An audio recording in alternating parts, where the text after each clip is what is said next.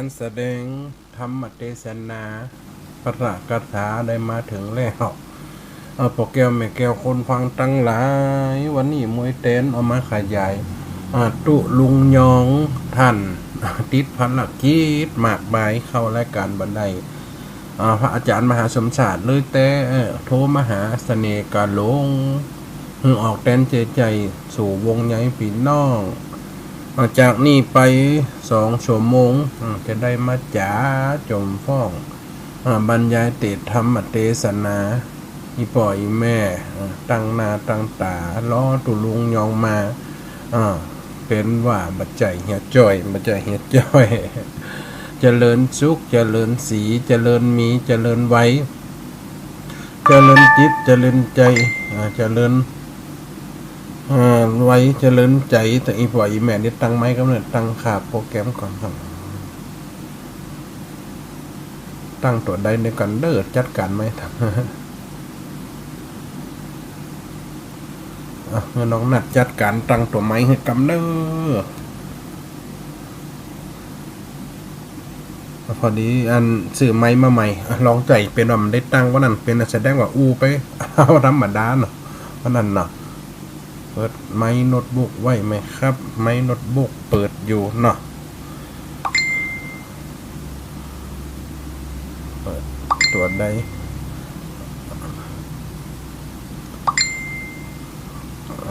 เดี๋ยวก่อนเนออีกฝ่ายแมนเนอ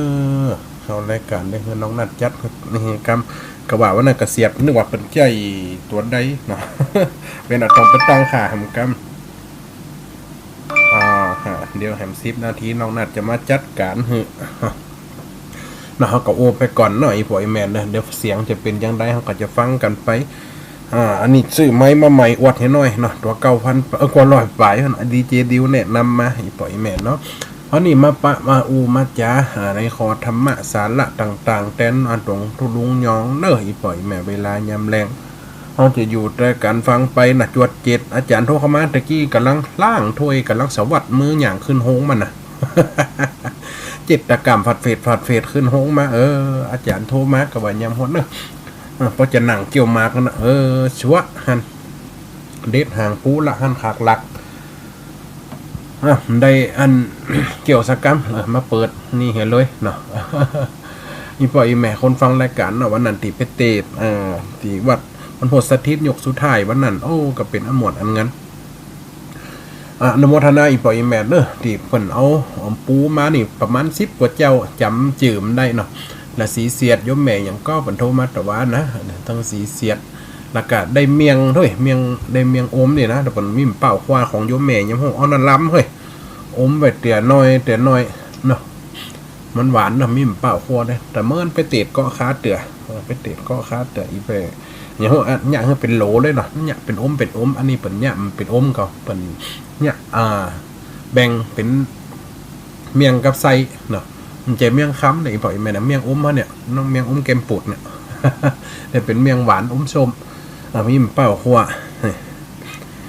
การอนุโมทนาย้อนหลังอีปล่อยแม่เนอวันนั้นเข้าละกำกับกาวไปมันถ่วมถึงกาวไปมันตันเติงเนาะอีปล่อยวันนี้คืนสีขาววันนี้มาได้ใจคืนลำปางกะแต่มาหัวลำปางเปิดก็ลิงสัญญาณก่อนถ้าก็ลิงสัญญาณเปิดก็จะฟังกันได้ไปถั่วเนาะอีปล่อยแม่นี่จะเอาเรื่องอันอย่างมาอูเนาะจะเอาเรื่องใดมาอูจ้าเอาอย่างมาอูจ้าพอมันจวดจิตเข้ามาหากันกำเดียวเพราะว่าไม่ได้เตรียมฟอดเรื่องอย่างเลยเนาะวันนั้นวันศุกร์แต่ว่าเขาเป็นเวลาปกติ3 โมงถึง4 โมงอันนั้นอูเรื่องกำปึกกระเด้อเนาะวันนี้จะมาอูเรื่องยังเดี๋ยวจะเสาะโค่นพอก่อน จูนสมองเหตุกรรมก่อนถ้าจะเป็นข่าวก็ต้องวันติดเนาะถ้าเป็นข่าวก็ต้องวันติดแต่กรรมกล้าอ่านเตี่ยเพราะว่าไปฉีดยามัตตวานี่นะเป็นวัดได้2-3 วันละบะบะจามแต่วัดลงคอโดวัดได้วัดดีได้กินยาก่อนนี่โดเตะยาก่อนเศร้าเสี่ยวสุมาเนอะลืมไปเพราะเวลาปันอาจารย์ปันโทรหานะว่าช่วยขึ้นมาว่าจะมากินยาภูมิแพ้ลดน้ำมูกกินได้รับขมันนาจอคอมเหรอกะ หลังอาหารเย็นอยู่ป่ะเป็นยังกินนมไปแล้ว1 เม็ดเดี๋ยวก่อนเด้ออีกพออีกแม่ดอกการมันหลายอย่างเนาะมันเข้ามากำเดียวก็เลยอันนี้ก่อนนอนไว้นี่ก่อนนี่ ดีด้วยนะอีปอยแมนห้องมันอันนี้ยาปฏิชีวนะฆ่าเชื้อติดต่อให้หมดจองดูอ่านออกแถวอันวิทยุมันเดี๋ยวนี้อ่านพอยะนะนี่ก่อนเด้อหล่นลงจ่องบนเต็งเม็ดหนึ่ง เดี๋ยวก่อนเอายองขานี่มันเป็นพละปัญจาเช่นอย่างอีปอยแมนนี่ก่อนเด้อปวดอักเสบลดไข้มันมีไข้กำกินหมอว่ากินยาฆ่าเชื้อจนหมดนะคะอีหมอวันนะไอ้นี่มีขอกำไอ้ก็เฮ้ยแต่กินเฮียน้อยกันมันงานสลากนะอีบอกอีแม่นะติดตั้งแต่ที่เขาไปเตะมาแล้วก็งานสลากแล้วก็งานหลายๆอย่างจวนจำเขามานี่หลายอย่างนะกินยาด้วยเนาะเศร้าเสียวฟังอย่างงูหลอกขาบอ่ะดูจะปะได้เนาะ เขาเตือนตุลุงยองเด้อตุลุงสุมาเด้อเสียมารยาทหน่อยพอที่เขาไม่ได้เตรียมตัวเนาะกันลังอันล่างถ้วยอย่างขึ้นคันได้มาสวัสดิ์มือเจ็ดตะกามอยู่ จานบันโทมาลิงดองเด้อสุมาก็อีแม่กินยากันเด้อ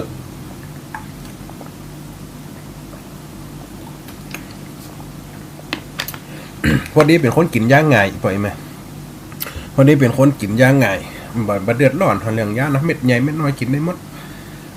ในปล่อยแม่ได้ฟังตั้งบ้านอาจจะได้ฟังและได้รับในการ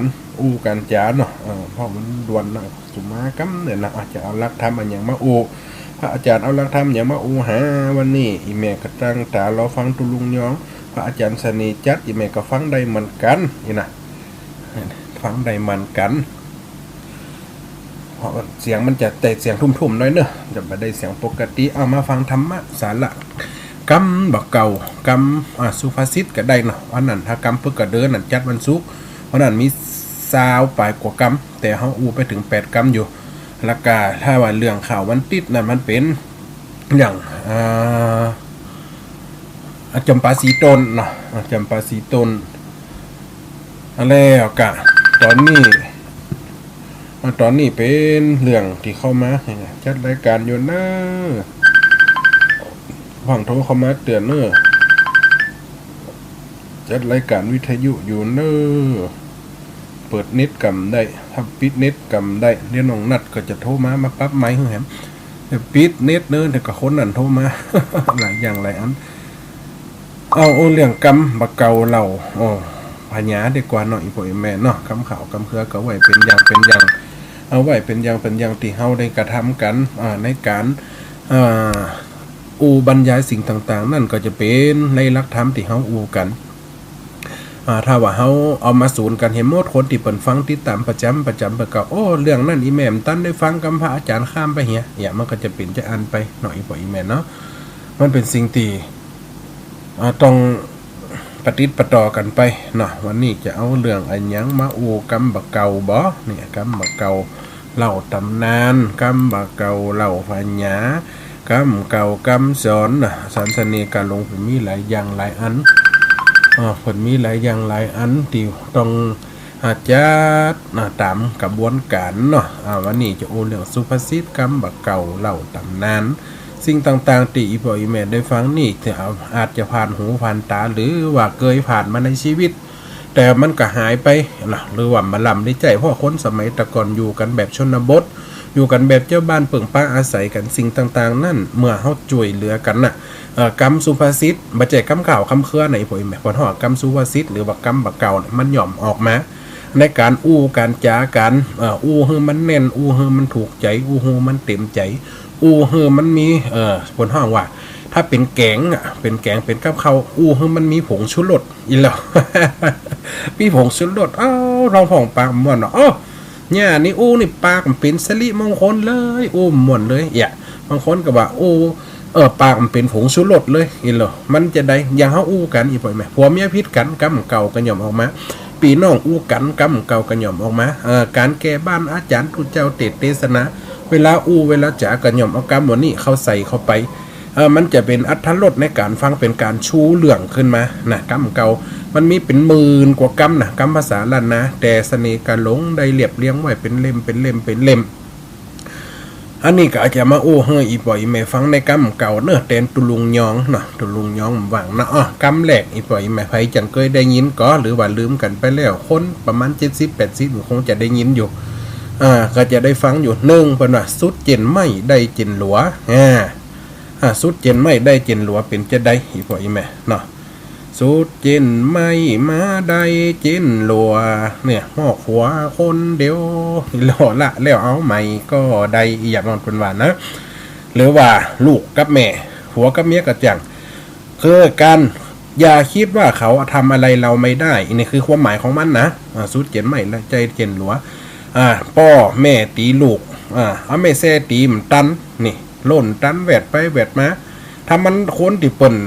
ใจเหี้ยมใจโหดหรือคนที่เปิ่นจะสั่งจะสอนลูกให้กลัวอยู่ใต้อำนาจน่ะไม่แซมตันกันหลัวตะกนนี่หินฝั่งขวางตะกนใจขวางให้ถูกนะอีปออีแมนเนาะคือการอย่าโคมคูวันเนี้ยสิ่งติ่มดีหัวกับเมียกระจ่างตีกันบะเบะบางเตี่ยมาฟิตหัวกันฟิตหัวกันตีหัวกันปีกับน้องกระจ่างทำลายกันเนี่ยเป็นว่าสุดเจนไม่ได้เจนหลัวล่นไปตั้งหน้าเนาะคนตีแปรหล่นไปตั้งหน้าตีเปิ้นหล่นนึกว่าเปิ้นจะตอบตัวมันตันนึกว่าเปิ้นจะทำตัวยำได้คนเฮาเปิ้นว่าบาดตุก็มีบาดพระก็มีแม่นก็อีป่ออีแม่นะถ้าเป็นภาษากลางเขาก็ว่าเปิ้นห้องว่าวันพระไม่ได้มีหนเดียววันพระมีหนเดียววันพระมีหนเดียวคือว่าการจะเอาคืนนี่มันยากเนี่ยสุดเจนไม่มาได้เจนหลัวนี่อย่าคิดว่าตัวเก่งอย่าคิดว่าตัวมีอำนาจ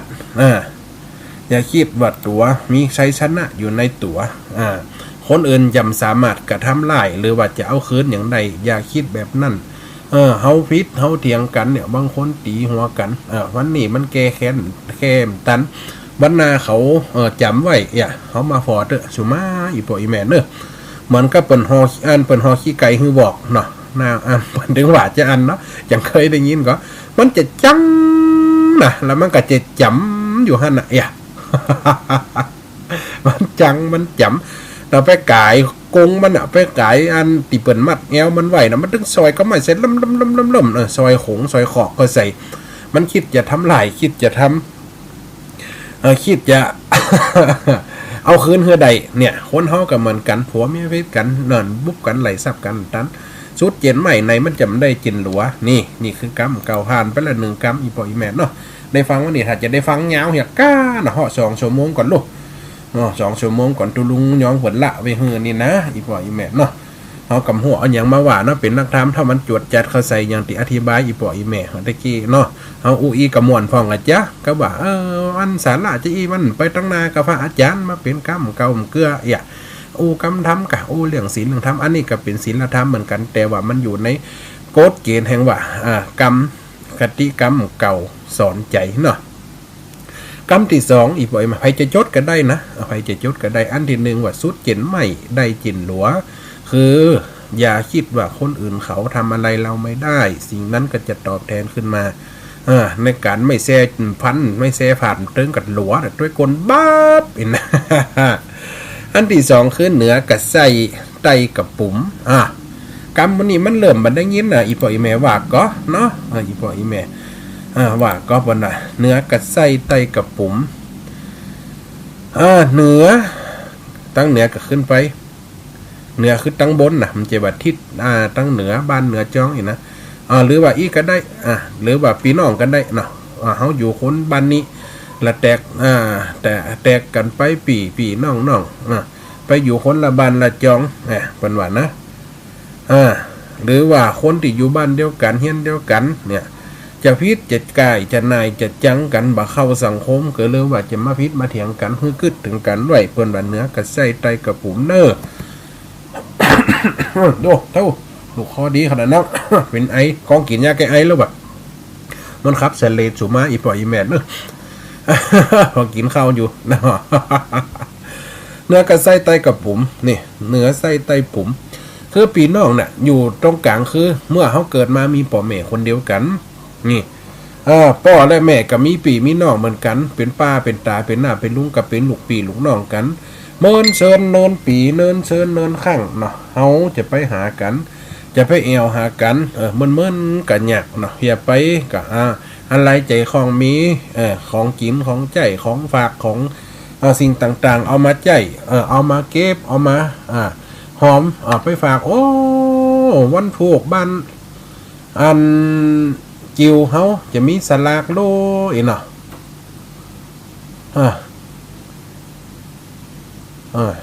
มันคิวจะมีสลากโลปีน้องด้วยกันไปอยู่ปุ่นบันเจียงใหม่ก็ดีไปอยู่เจียงไฮ้ก็ดี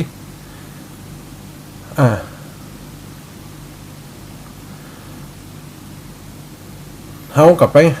คือเติงหากันไปแอวหากันอะไรหากันกับไปกับปีหนึ่งเป็นกินเตี่ย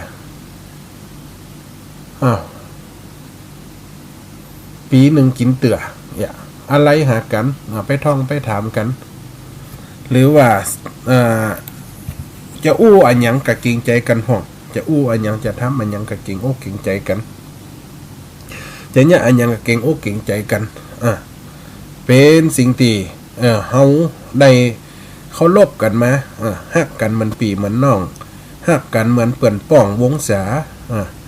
ฮักกันเหมือนสังขยาคณะหยาดฮักกันไหว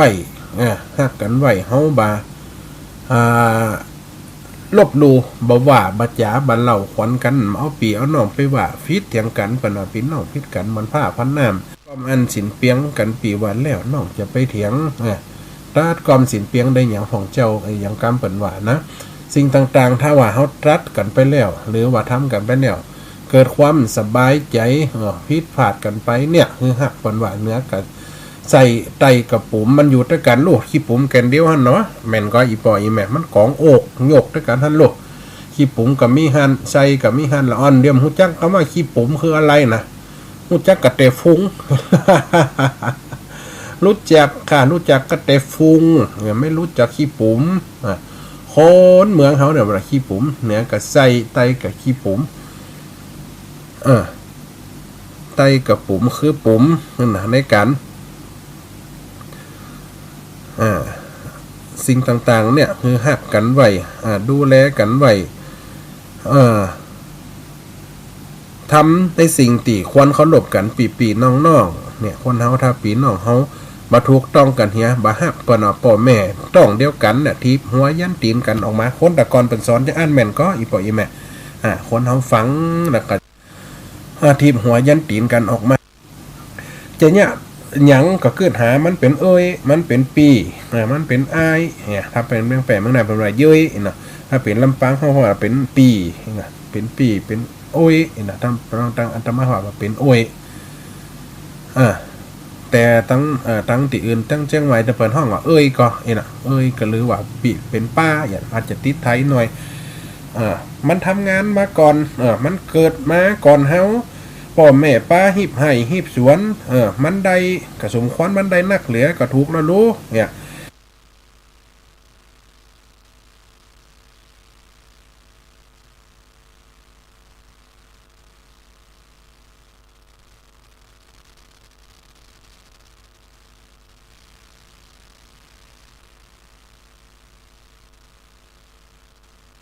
ไปพ่อแม่ไป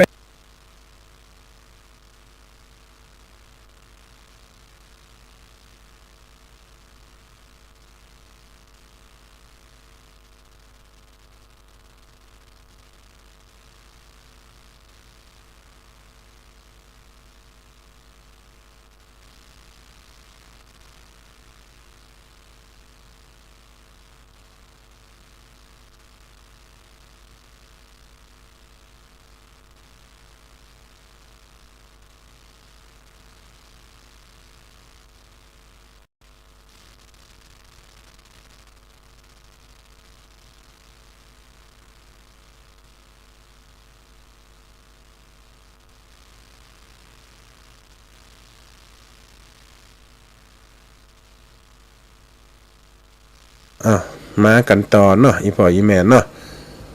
ต่อเวลาตะกี้มันสะดุดไปตะกี้มันสะดุดไปได้ละจ้าน่ะ เดี๋ยวกันเนื้อลุดไปก่อน้องนัดฟังกันเด้อ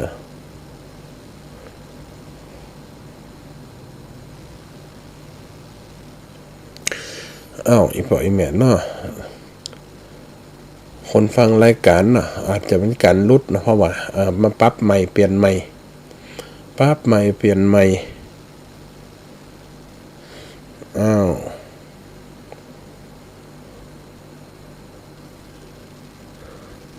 ดังโชว์เสียเห็นแล้วฮะ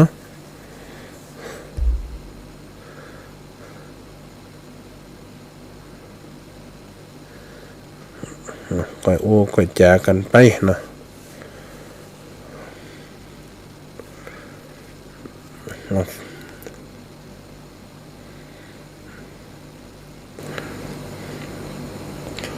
อีปอยอีแม่ได้ฟังรายการเนาะมันกะอันกำลังปรับด้วยกันขนาดนี้กำลังปรับด้วยเนอะจะไปฟังโต๊กอกโต๊กใจเตี่ยว่าหายไปทางใด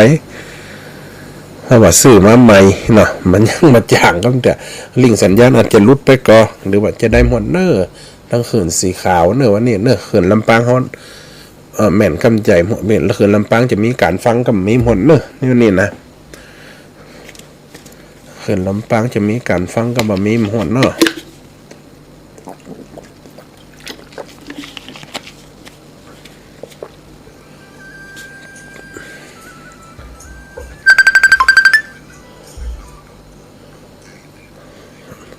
หันมาดันเนอะเสียงดีขึ้นแหลนเดิมจ้ะ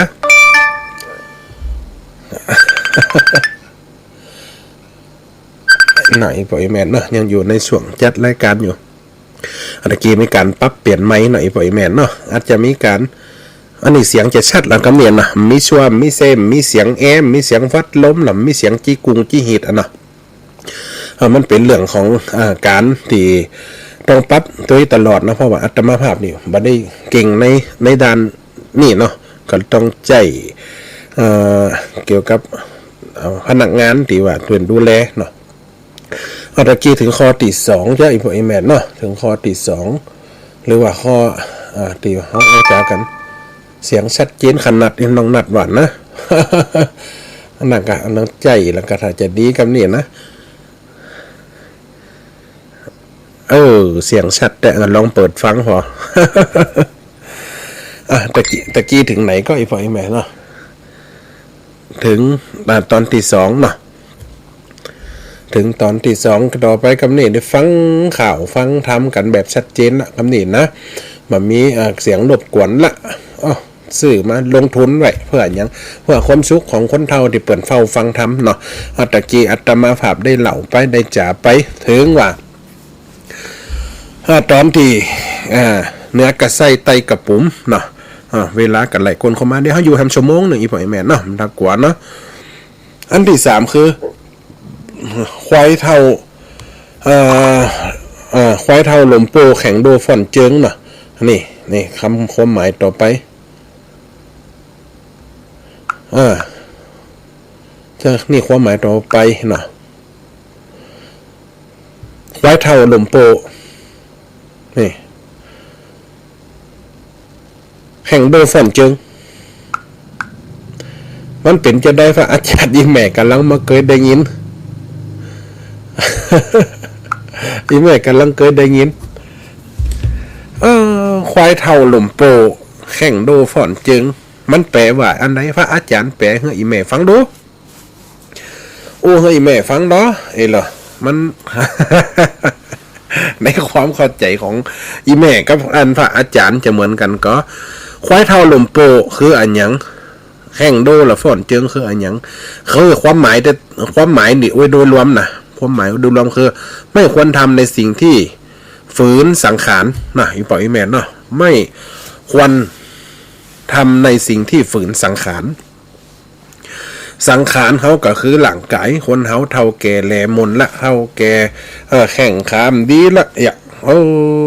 จะไปอย่างฝืนสังขารเหมือนคนเท่าทำงานนักเนี่ยควายเท่าลมโป้แมนเปรียบเสมือนอย่างควายเท่าเปรียบเสมือนอย่างอีพออีแม่เปรียบเสมือนกำลังคนอัตมาภาพจะอูนิทานให้ฟังอย่าอูนิทานให้ฟังอีพออีแม่เนาะเพราะว่าคนเฮาเนี่ยคนเท่าคืออันหยังปนวัตกรแต่เปิ่นปันมติคือคนเฮามนุษย์เปิ่นปันมติคือคนเฮามนุษย์ได้มาเกิดในโลกสงสารมีอันหยังฟ้องมีควายมีคนแล้วก็มีหมาแล้วก็มีอันหยังแฮมมีอีวอก นะอีวอกอีลิงเนี่ยนะควายคนหมาแล้วก็วอกสัตว์4อย่างเนี่ยเปิ่นปั่นให้เรามาในโลกมนุษย์เปิ่นฮื้อมีบัดเดียวกูจะเอาสูไปเกิดในโลกมนุษย์ฮือสร้างโลกเด้อโลฮือสร้างโลกไปจะได้ขอถามฟังอินอันนี้เป็นนิทานนอกคาถานะอีบ่อยแม่เนาะน่าจะได้จะฮื้อไปเกิดในโลกมนุษย์เดียวเนี่ยข้าจะฮื้ออายุสูเด้อจะฮื้ออายุสูไปอยู่เกิดไปเป็นคนในโลกมนุษย์อายุของคนฮื้อไป40ปีอายุของควายฮื้อไป40ปีอายุของหมาฮื้อไป40ปีอายุของอีวอกคืออีลิงอีกลางนี่นะฮื้อไป40ปีสูตรพอใจกำพอใจเนาะถามคนว่าถ้าฮื้อ40ปีก็พอใจละอยู่ได้40ปีเนาะโลกมนุษย์นี่40ปีเต่าเดียวกันหมดมีไฟตำไฟตกเลยไฟไปถามตัดควายควายพอใจก็แง่ติ๊งพอใจลูกเล็กหัวยังจะเอาแหมกะใจข้ามเอาอีโลข้ามเอาเนี่ยยังควายเอาอายุถึง40ปีเขา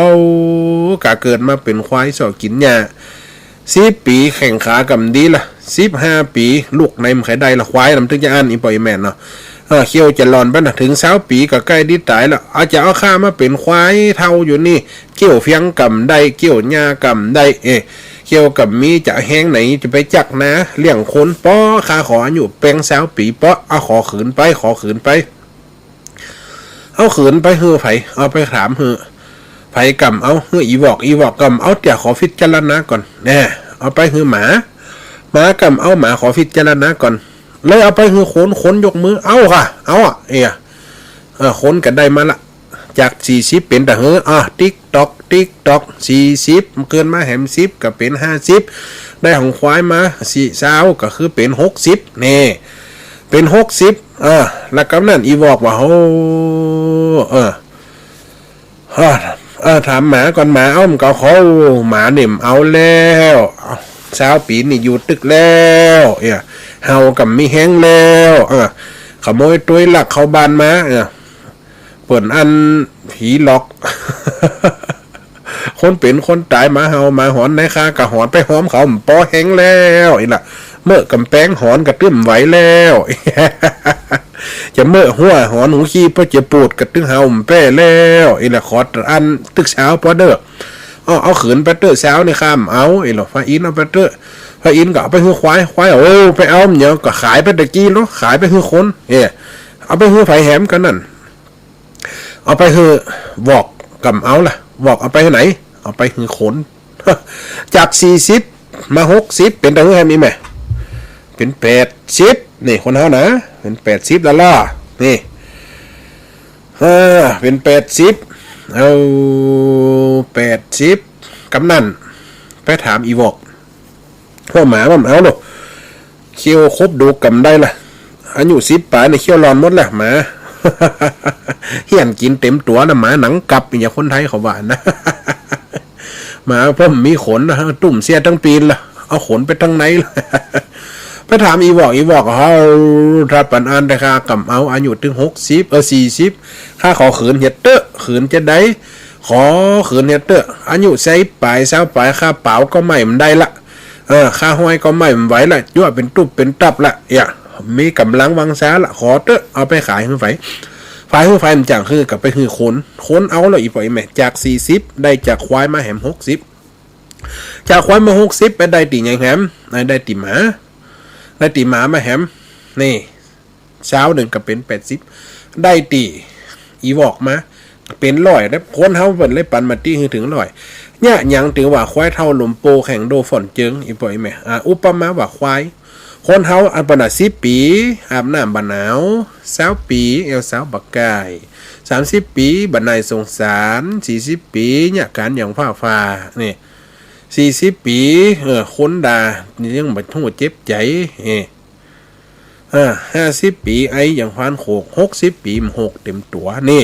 70ปีไข่หัวกับว่ายังให้ละฮ่าเอ็นน่ะ ใครหัวยังให้ละ80 ปีนี่70 ปีใครหัวมาให้นี่70 ปี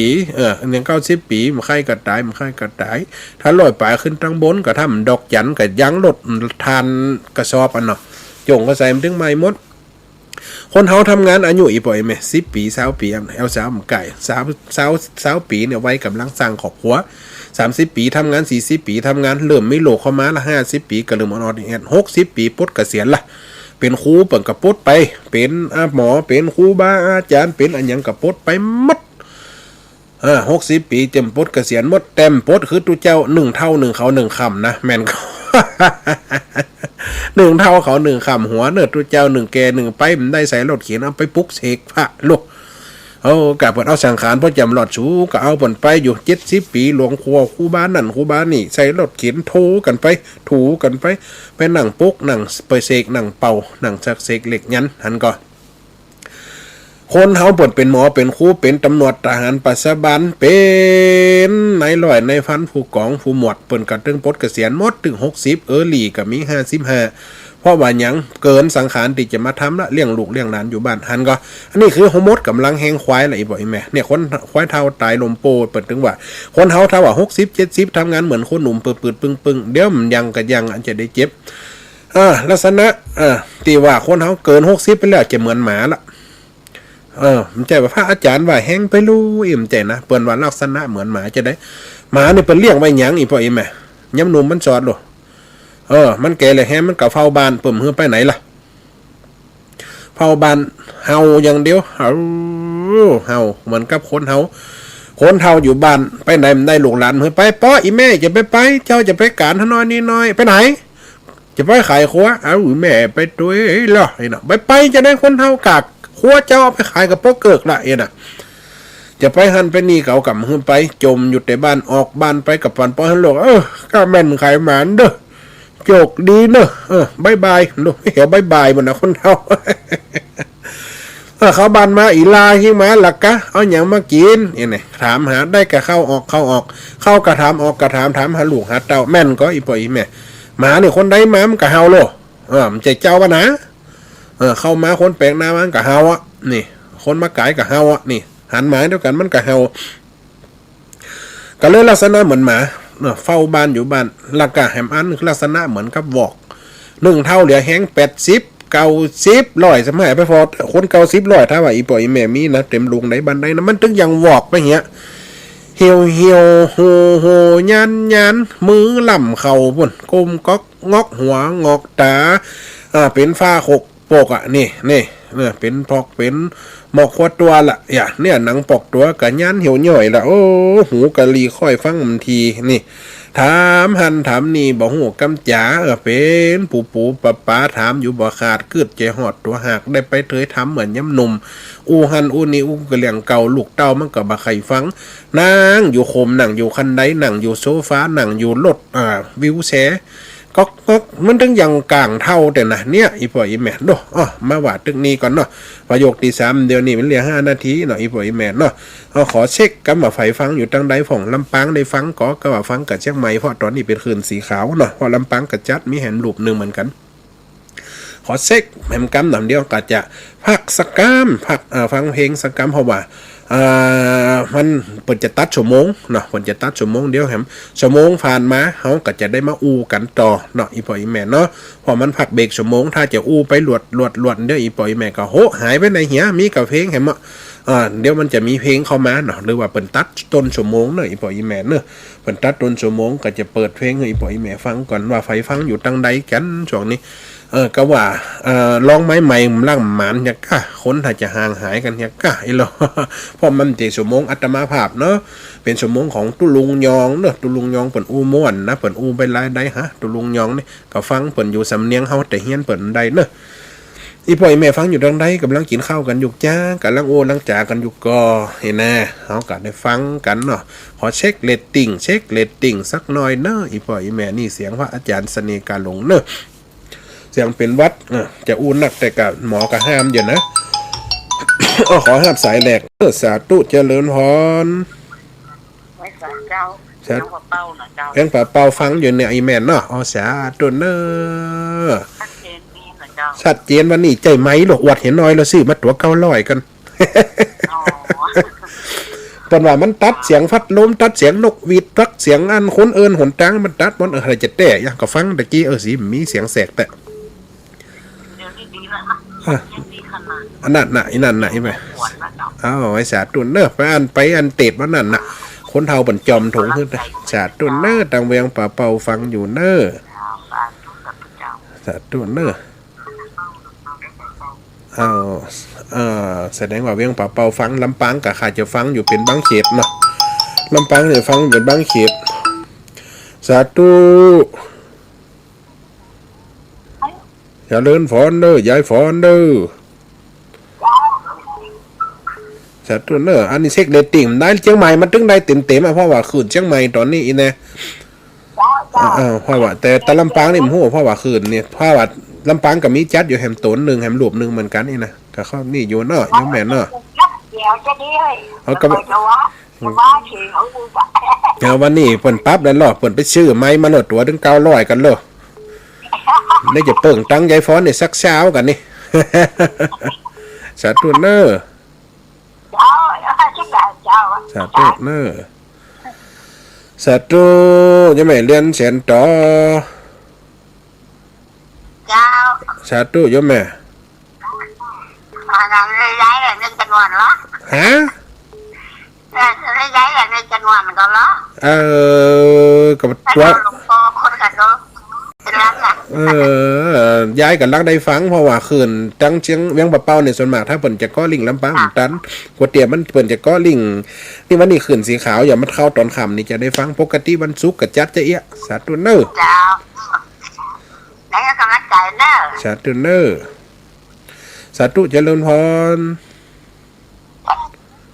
โอ้ สาธุยมแม่ อันนี่อันท่านกันหลงใจก็เจ้า แม่นายแม่มันจัดแตนตุลุงยอง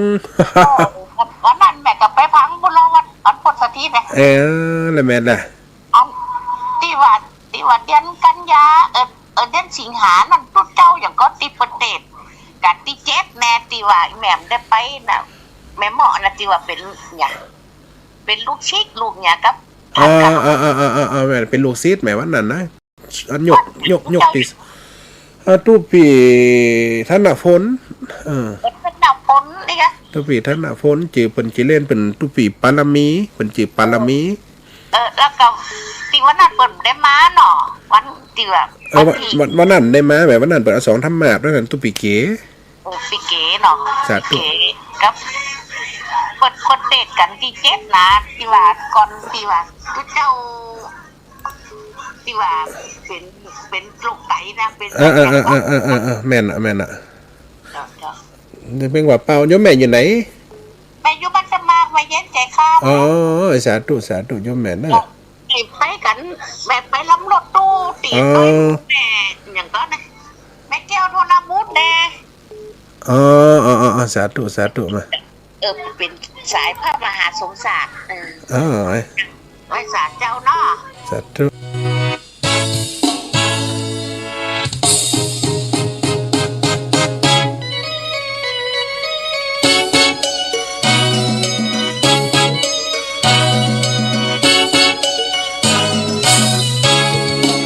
การข้าวทำมาแล้วเจ้าค่ะพอถึงเวลาเปิดรับสัญญาณพี่น้องวงวานคนแก่คนเฒ่า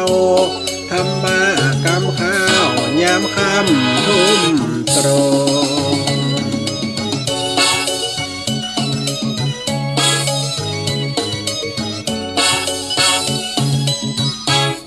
เสน่ห์การหลงน้ำประกาท่านเจ้า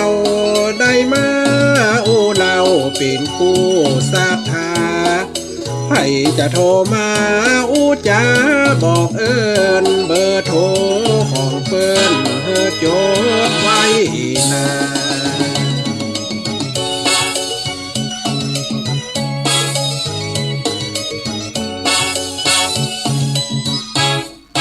0871820625มาอู้มาจากกับท่านได้เลยต่าง งมาเกยคนฟังตั้งบ้านทำมาข้าวนั้นเป็นเรื่องราวใด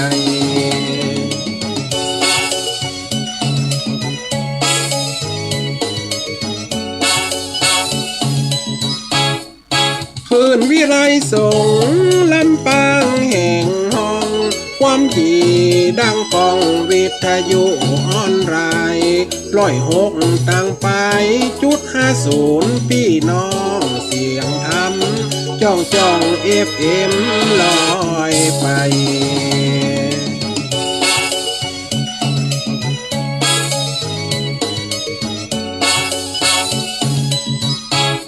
สถานยิ่งใจเปิดฟังดังบ้านทำมายามคำเป็นข้าวเป็นเกลือเทศคำสอนเมืองเหนือดังทั่วห้องทำข้าวดังกองก่อนจะเข้ารับนอน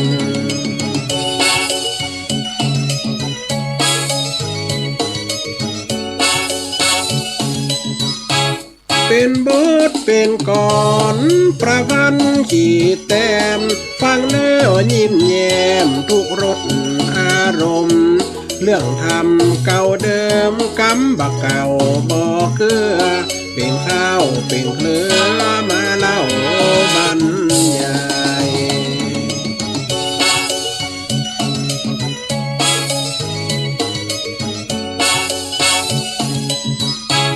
สถานยิ่งใจป่ออุ้ยแม่ป่ามานั่งห้อมหน้ากะว่าเข้านอนเปิดฟังเทศสอนคำก่อนข้าวธรรมะเป็นผู้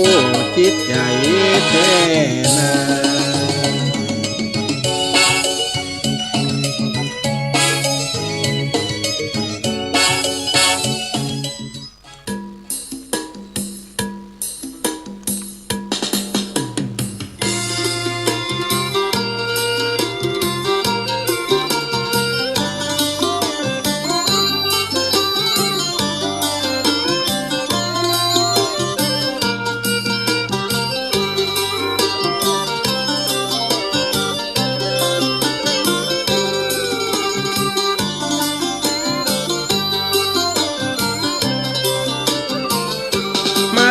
มาแล้วพี่น้องศรัทธา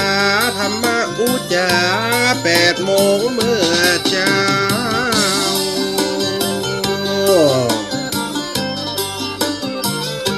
มาฟังรายการของสาธุเจ้าเสน่ห์การลงเป็นข้าวกำซ้อน087 182 0625โทรมาโอวอนนาเจ้าแม่นายฮือกำลังใจพระอาจารย์ท่านพ่อ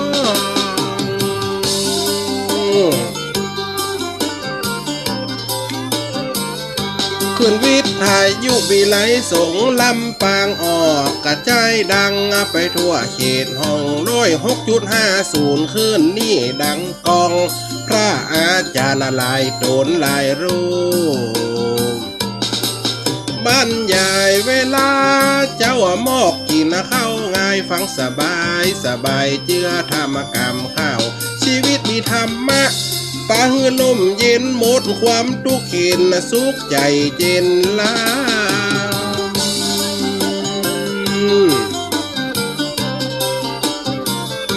คนเท่าไปวัดระวังอาบุญเติมกำมาข้ามน้ำอุ่นใจเลียตีนธรรมะละศีลทำบ่หนีแล้วชีวิตจะพ่องแผ้วบ่มีลาขินนาท่านนาพี่น้องศรัทธามีหลักความเชื่อ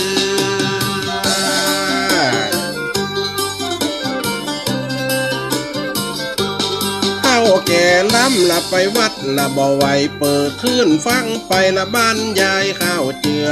มีตึงทำละนอกเนื้อในเนื้อจัดคืนเพื่อบ่เฮือมันเบื่อจำเจฟังธรรมวิทยุบ่หวนเหตุเจ้าเตเตกลายโตนลายลูก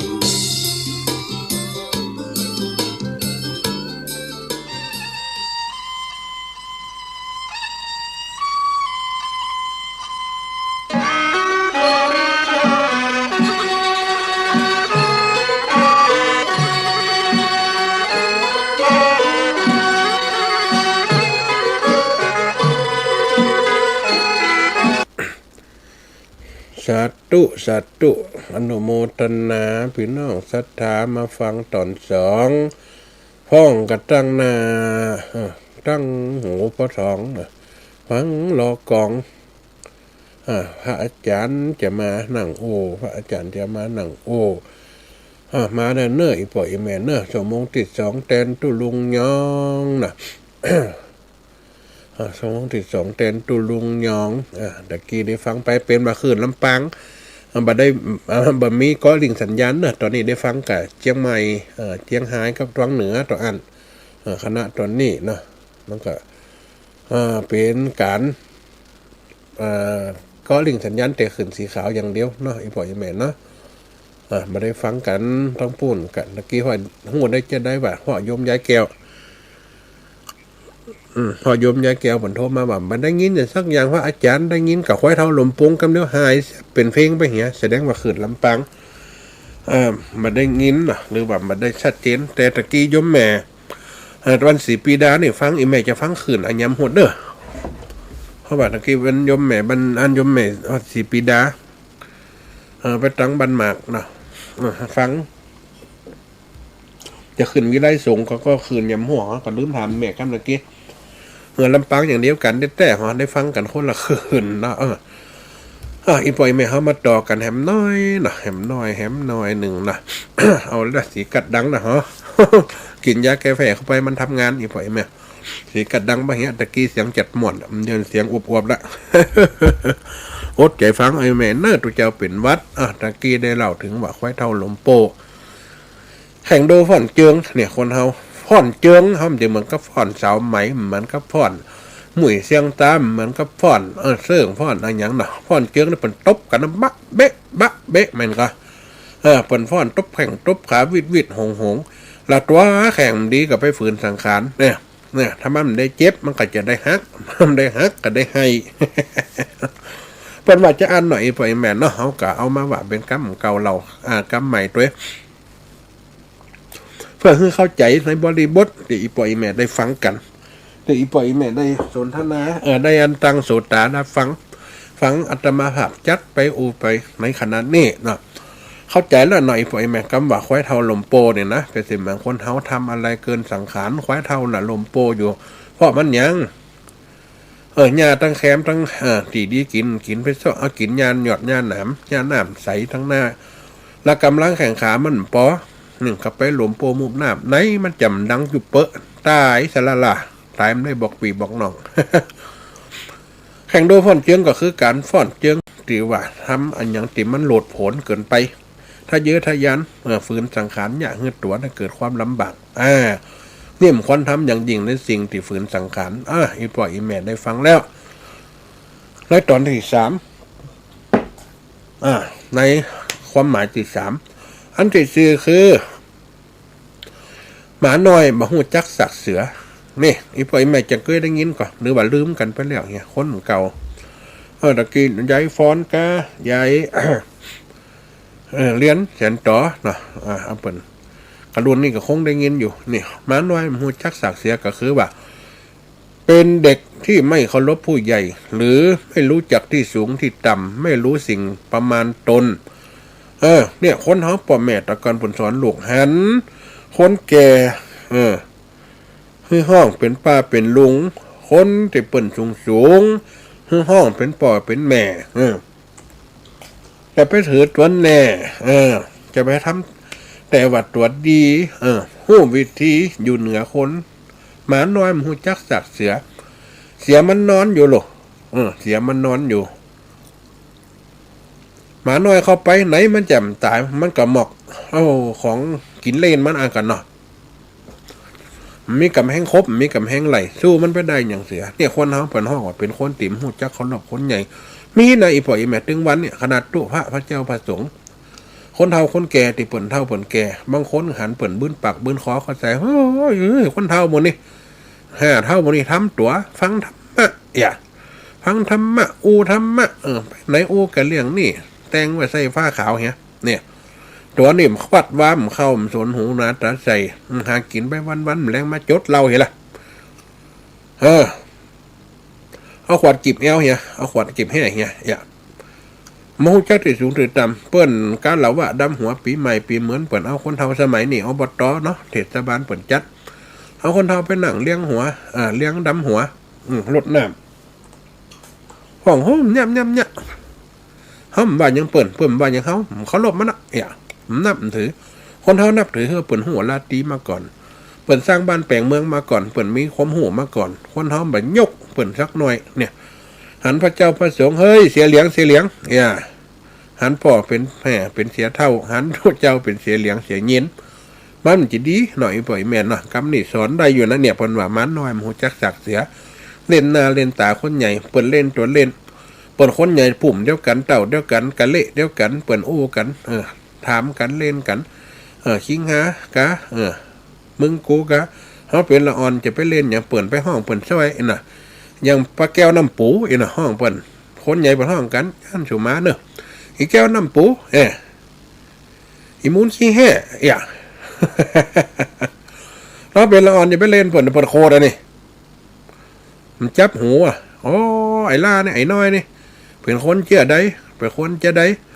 หมูจักคนใหญ่หมูจักละอ่อนมาเล่นอย่างกูนี่เนี่ยเปิบเขาใส่กับว่าคนเฒ่าเนี่ยโอ้มันน่าเคารพนับถือมันน่านับถือมาดาละอ่อนดาละดาล้านเนี่ยเราเขาหูความเป็นไปเป็นมาเนี่ยเขาจะไปนับถือที่ว่าตัวมีความหูมนับถือคนเฒ่าคนแก่ปนมาหน่อยหูจักสัตว์เสือเป็นสิ่งที่มันควรทำอย่างยิ่ง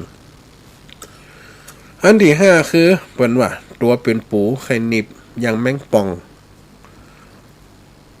มันเป็นจะได้ตัวเป็นปูเนี่ยไข่นิบอย่างแมงป่องปูกับแมงป่องมันมีกิ้มอย่างเดียวกันอีพ่ออีแม่เนาะมันมีกิ้มอย่างเดียวกันแต่ว่าแมงป่องน่ะเปิ่นมีอย่างเปิ่นมีไม้เนาะเปิ่นมีไม้นี่กันเนอะสาธุเจริญพรเอากะลำปางกันไหนแม่ขึ้นลำปางกันไหนขึ้นบุญจังหวัดตอนนี้กระจัดอยู่ไหนแม่เอาแสดงว่าลิงสัญญาณมันรุดจะเดินลองตักไปหันเนอะเด็กกันเนอะเป็นเพลงของสถานีก็เป็นเพลงของอาตมาไหมเป็นเพลงขานี้อ๋อเด็กแม่ละแสดงว่าขึ้นลำปางเด็กก็เนี่ยได้ฟังเชียงใหม่เชียงรายบางเหนือนะผมฟังกันนะตอนนี้นะลำปางนี่กับเพลงอย่างเดียวที่ได้ยินมากำนี่กันเนอะนี่กันได้จัดการหนึ่งซ้อมขึ้นบุญยบาปแม่อยู่บ้านนาดงนี่กันเนอะขึ้นลำปางมีแต่เพลงเนี่ยกันบอกขึ้นในสถานีครับเนี่ยสาธุเนอะมาไปจัดหมวนแต่เขาลำปางมันได้ฟังคำลู่นะมันได้พังจ้าเดี๋ยวเนอะได้จัดการคำขออนุญาตตั้งปีน้องตั้งขึ้นสีขาวเนอะสาธุใช่ไหมเจ้าเป็นว่าผลลืมก็สัญญาณน้องนัดตอบมาละเดี๋ยวถ้าใดจะได้แม่โทรมาเหมือนกันเนอะ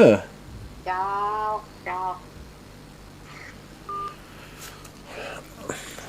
เป็นว่าพี่น้องลำปางได้ฟังโยมแม่บ้านนาดงโทรเข้ามาไว้น่ะได้เห็นดูมันรุดนะไอ้พ่อไอ้แม่นะสาธุน้องนัดสถานีตักมาละเรียบร้อยไอ้พ่อไอ้แม่วันนี้พี่น้องลำปางเขาอันขาดตอนเปิ่นม่วนกันวันนี้นะว่าเลี้ยงกั้มเกาไข่หัวกันตุบไปตุบมาพี่น้องตั้งขึ้นสีขาวฟังไข่หัวกันตุบไปตุบมาตะกี้อันที่หนึ่งได้ว่าไปสุดเจนใหม่ได้เจนร้อนนะเอาลืมเห็นหน่อยเนาะอันที่สองเหนือกระไส้ไตกระปุ๋มอันที่สามเปิ่นเอาควายเท่าลมโปแข่งโดฝ่อนเจิงอันที่สี่หมาหน่อยบะหูจักสักเสือว่าไปแล้วตะกี้เนาะอธิบายไปแล้ว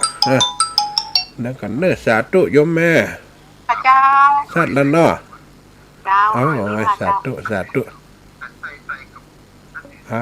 สัตว์เจนละโยมแม่เพิ่นโทรมาละมันแต่มันก็งงอีกไปแม่เนาะขึ้นวิทยุตั้งแต่มันหลายสถานีมันเกาะกันไปเกาะกันมาเนาะมันก็ลุดของกลางตั้งของเอาฟังกันต่อเนาะ หลักการอันหมาน้อยมูจักสักเสียเราไปละอันที่สี่อันที่ห้าคือ ตัวเป็นปูขนีบอย่างแมงป่องก็คืออันยังคือไม่มีความสามารถทำอะไรเกินตัวเนี่ยอันยังเกินตัว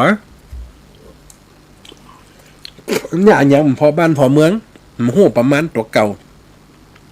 ปูมันก็มีกีมเนี่ยแมงป่องมันก็มีกีมแต่ว่าปูตัวมันมีไม้เนาะเพิ่นห้องว่าไม้มีเหลมมีไม้แมงป่องก็เข้าไปเต็กหัวมันไปต่ำใส่มันแล้วมันถึงงอมใส่จ้าเตียนแต่มันถึงให้บ่อยๆเขาน่ะเปิ่นมีปิดนะตัวน้อยเปิ่นกับมีปิดแต่แมงป่องแมงเว้ากระจังนะจะเก็บนี่นะตัวเป็นปูหน้าเนี่ยคนไปเก็บน้ำปูกันเก็บปูมาแปลงปูเนาะเอาเขาใส่โคกกับโซ่มันเป็นโซ่ไอ้เนาะถ้าใครเขาใส่ใบขาใบขมิ้นเขาใส่เขี้ยวน้ำปูสาไป3 บ้าน 4 บ้านมันหนีบได้ต่ออันแต่มันมีปิดเนี่ยเป็นสื่อมันคนเขาแบบมีความหู้เป็นส่วนของคนเขาแบบมีความหู้แบบมีความสามารถจะไปสอนคนอื่นนี่ที่เปิดมีความหู้เรียนตัวเหมือนกับเปิดว่าภาษาไทยเปิดว่า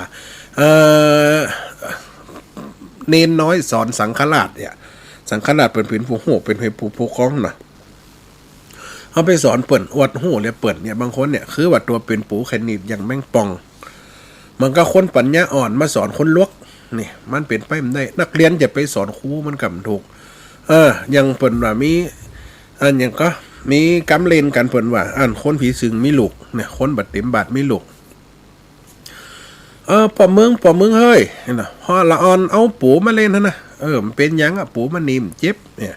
นีบเจ็บแล้วมันเป็นยังมาตีนปูเอาเชือกมาตีนปูเงินลูกเล่นไตชั่วละออนมันกับไข่หัวแข่หัวเด็ดมันกับหมวนมันแฮมเตียมันเมียมันเพิ่มหัวยังเนี่ยวันเมียเป็นคนพอเต็ม ได้ว่าอย่างว่านี่ยกตัวอย่างเนาะเมียมันพอเต็มไปจั่วหันแมงเว้า มันดำอย่างปูหรอไปมาเฮือลูกเล่นไปเฮือลูกเล่นหัวมันก็เลยว่าไปเอาแมงเว้าเฮือลูกเล่นเนี่ยได้ว่ามันเด็ดหัวแล้วมึงจะหู้สึกผมได้รับกับตึงสูตึงค่านะมันเป็นอย่างปอมั้งค่าเด็ดกีมมันออกแล้วไอ้โหลดไปเฮือมันลูกเล่นเฮือลูกมันเล่นชายนิ้วมือลูกมันให้ปั่นไปปั่นมา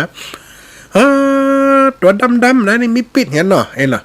เหลือค่าเด็ดกีมมันออกแล้วนะไอ้ลูกมันปิดมันจะอยู่ที่กีมเนาะปูเนาะ ปิดมันอยู่ที่หางมันโหลดตลอดจี้ให้ได้รับหรือโปรดถึงแม่เนี่ยตัวมีความหูผัวเป็นคนลุกเมียเป็นคนปนลุกเนี่ยความสลาดคนเฮามันจิตเต่ากันเนาะเมื่อปัญญาตัวเนี่ยเปิ่นทำตัวทำ เป็นสิ่งตีมองคำได้อีบ่อยแม่เนี่ยคนเฮานะคำเก่าเปิ่นสอนเปิ่นเปรียบเทียบไว้มันแม่นแต่ลูกมันเปิงแต่ลูกมันเป็นความจริงนี่ตัวเป็นปูยังไข่หนีบยังแมงป่องคนปัญญาอ่อนไม่เคยเป็นครูสอนนี่มันบัดถูกเนาะหรือมันไม่ใช่อีปล่อยแม่ได้ฟังอันที่6คืออันนี้เป็นกรรมบักเก่าแต่สมัยนะอาตมาภาพเป็นคนเขียนขึ้นมาเป็นบางกรรมอันที่6คือตัวเป็นป่าซะไขวายน้ำเก่งนี่คืออันหยังอีปล่อยแม่คืออันหยังตัวเป็นป่าซะก็คือเขาเลี้ยงไว้ตัวไขวายน้ำเก่งคือเป็นคนไม่มีประสบการณ์ในการทำงานปัจจุบันนี่แต่เลยคนมีประสบการณ์ในการทำงานนะนักเรียนเรียนทฤษฎีอีปล่อยแม่แต่มีการปฏิบัติเรียนปลูกนาครูสอนในโรงเรียนการไถวานต้องทำแบบนี้ต้องทำแบบนี้หนึ่งเมื่อถึงฤดูฝนลงมาเราก็ไปไถนาไถนาเอารถไถไว้ไถแล้วก็เอาหยังเอาเฟียแล้วก็หยังเตียกให้มันเปียงกันแล้วเอาเข้าปลูกปลูกไว้ขนาดนี้1ข้อมือเรา